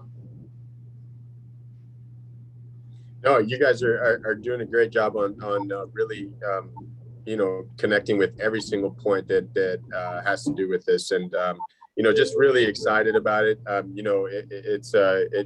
We're blessed to have the opportunity to keep some really hard work and lots of effort from the county and on the T-Mobile side, and just having this opportunity to continue these connections, these valuable connections with students, which have really empowered them in a different way over the last 18 months. It's really about keeping a good thing going. And so I really appreciate you guys carving out the time to, further delve into some of the details around this. And like I mentioned earlier, if there's any additional support needed from myself or any of, our extensions of our bigger team here, please feel free to reach out on anything you guys need. So, but no, I'm good to go, Jeff. Thank you for that. Yeah, one other thing, this doesn't really tie back into ECF, but we're also extremely proud of some initiatives we put together around kind of teachers and administrators from a voice perspective and a smartphone standpoint.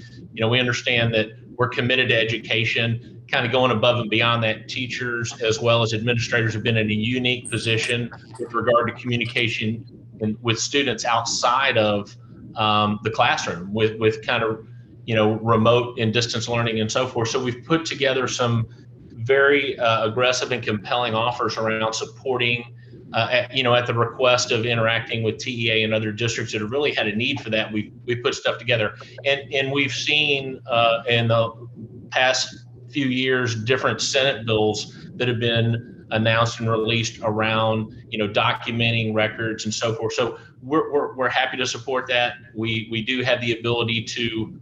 We provide more than just connectivity on hotspots. We're, full service company from a wireless connectivity standpoint, but very excited about what we're doing with teachers and administrators and staff and helping on that front as well.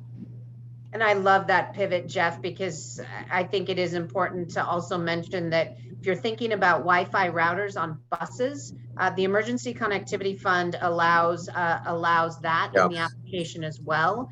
I know here in Idaho, we have kids that can be on buses 45 minutes to an hour. And so schools are looking for solutions to better use that time for the students and make sure that they're connected in case they get to a home that doesn't potentially have a connection. And so knowing that we're more than just hotspots at home, and in fact, we have more and more in-building solutions that are coming that we'd love to have an opportunity to talk with you. You know, again, we do student hotspots, but it's just a really small component of who we are as a whole. We've had more and more talks about push to talk, different types of air quality sensors, cameras, like I mentioned, the Wi-Fi on buses and fleet management. So if there are some other opportunities you'd like to discuss with us, you know, again, ECF does cover the Wi-Fi on buses, so that's something we would be interested in chatting with you if that's something that interests you. But there are other opportunities that we would love to partner with you on some of these in-building solutions we offer as well.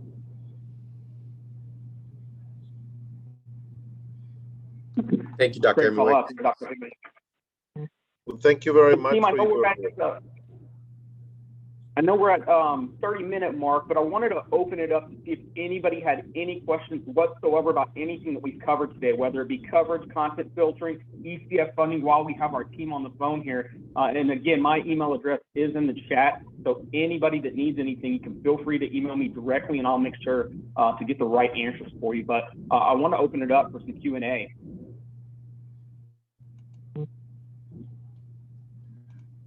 Yeah, of course. I don't see any questions so far, but any questions that anybody may have, you can post it in the chat, or you're welcome to express it at this time.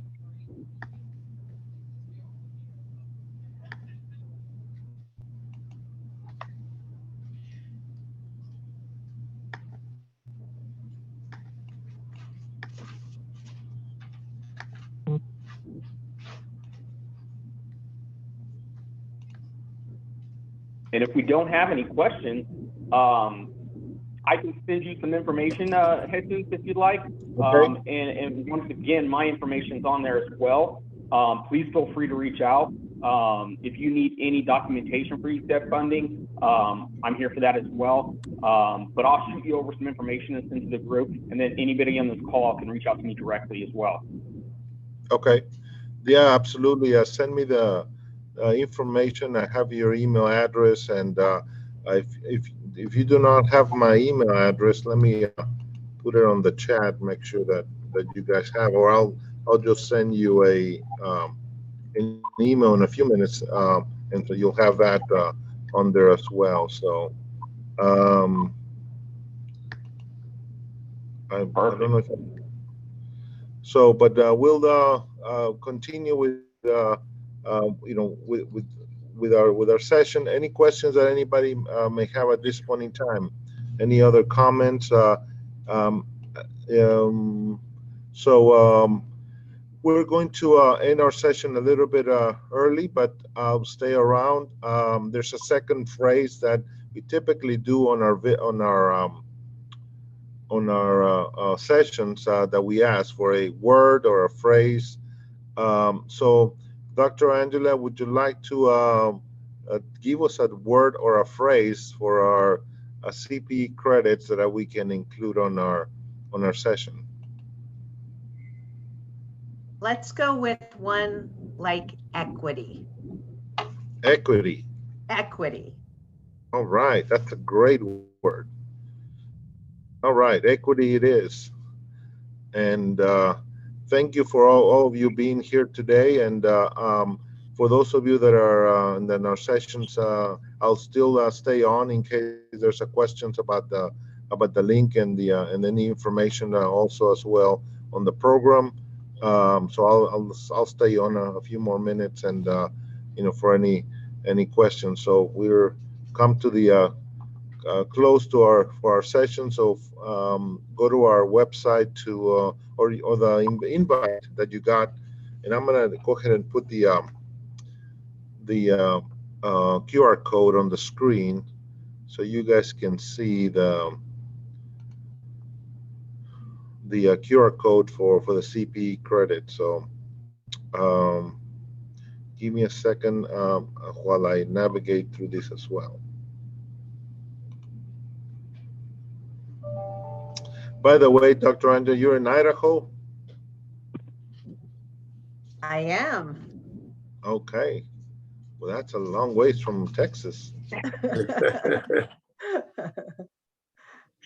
Well, equity's nationwide, right? So looking for That's right. solutions that we can support no matter where the students are located. Absolutely. It doesn't Jeff and I matter. are local. We're here. You're in Houston? Yeah, I'm actually in Cypress area, and Jeff lives in town, so in Houston area. Absolutely. Yeah, and the other thing is we have, you know, Dr. King on. She's actually based here as well. She's the head of our education, as she mentioned, nationally. And then we have Dr. Garner as well. She helps out with this region. So blessed to have a great team here to support you guys.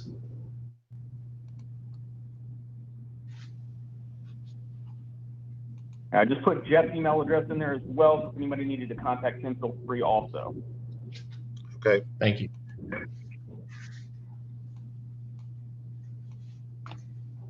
Jesus, thanks again for carving out the time and allowing us to jump on and help here, and hope to be talking to you guys soon. I also put my email in the chat, and if there's anything you guys need, feel free to reach out.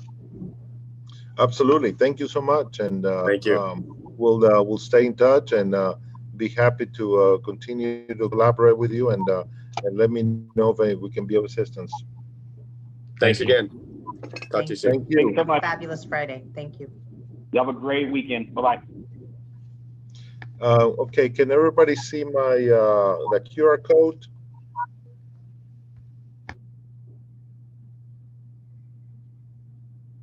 Yes. Dr. A. Yes. Dr. Mesco, can you add the second phrase in the chat? We can't see the second phrase. Yes, I'll do that right now.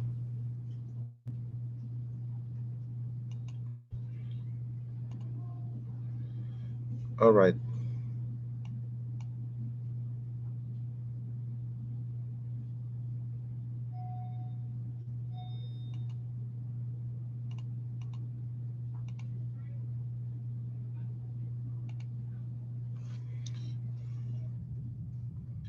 The first phrase, you all remember it?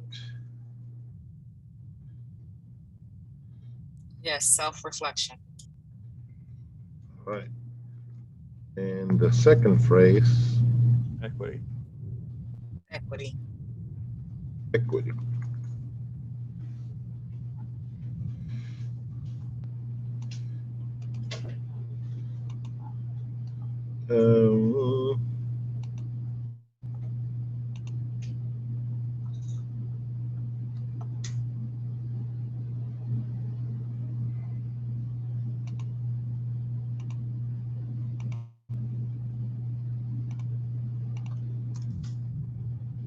All right, I don't know why this thing doesn't like me very much.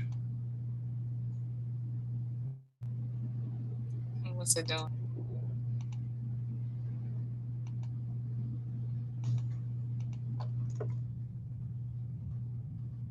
I don't know why it's not doing that. Charisma, can you put it on the chat, please? Somebody disabled the chat, so I can't do anything. How about now? Let me check.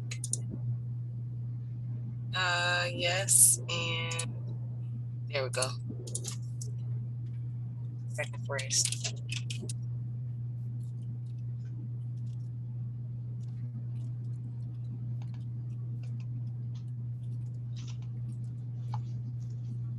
There it is. Now I can see it.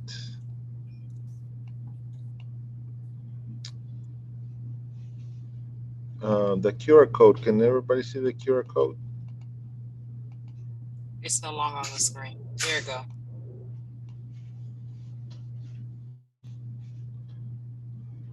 go. Rosa Maria is on the call. You do need a smartphone, Rosa Maria.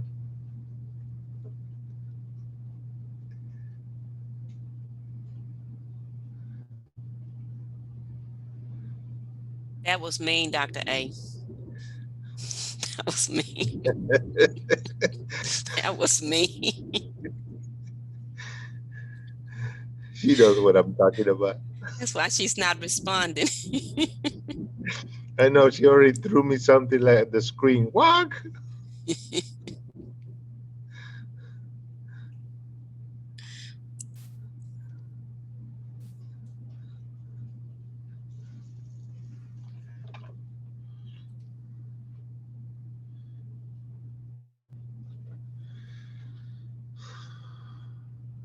All right.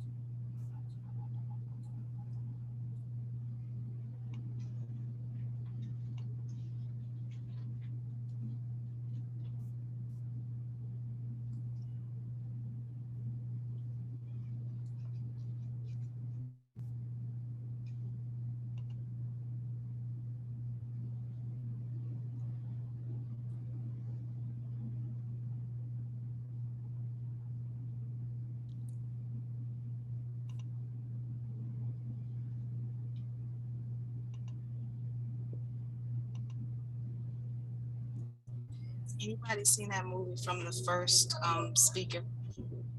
I'm sorry? Has anybody seen that first movie from that first Patrick, All the Queen's Horses? I want to see it. No, I haven't seen it. I've seen the editorial or the I think there was a special that was done. It's an interesting story, but yeah, it makes for an interesting discussion on controls and stuff. So, but yeah, it's worth watching. That I want to see it. I keep saying I'm gonna go on Netflix so I can watch it because I want to definitely see it. I'll probably watch it this weekend. Yeah.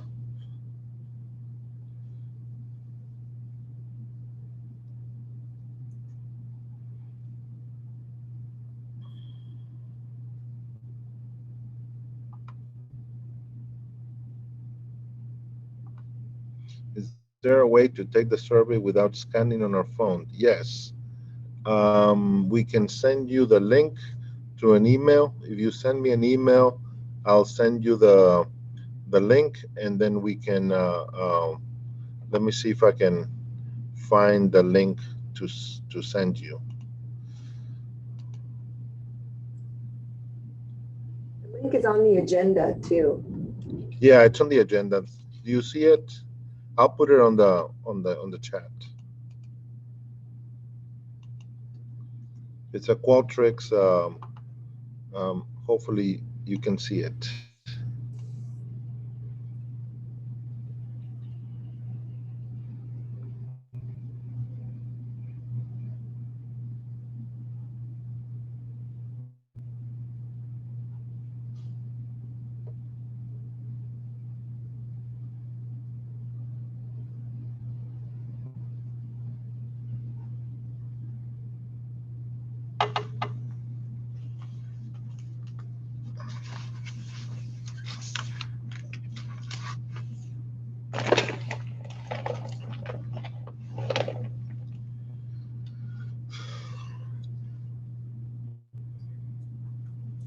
Hmm.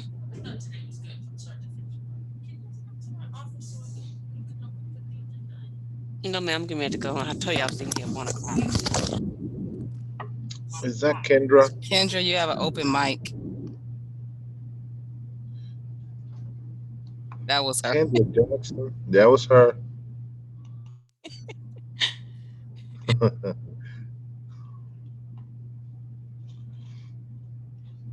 Yeah, tell Yaditza I need to approve on the system in a minute. As soon as I get off the call, I'll go on the Ion Wave and approve because I didn't want to lose connection while I was connecting. So. Okay, will do.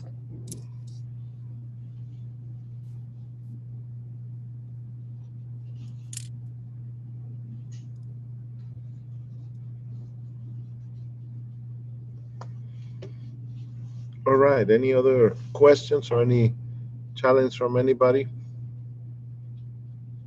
Everybody able to get the code?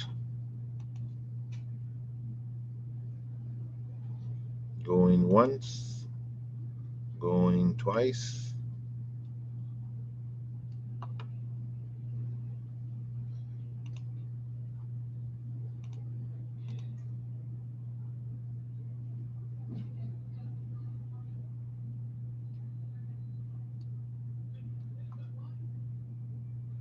All right.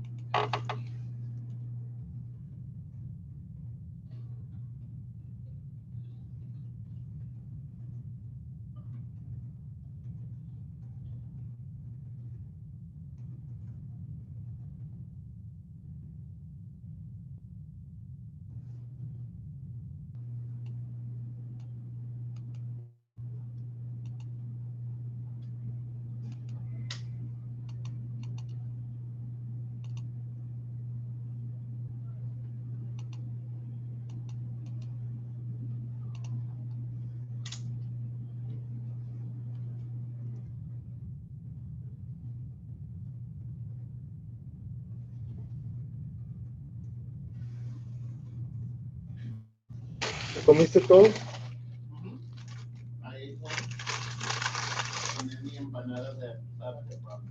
Well, then I guess you're gonna make me eat the other.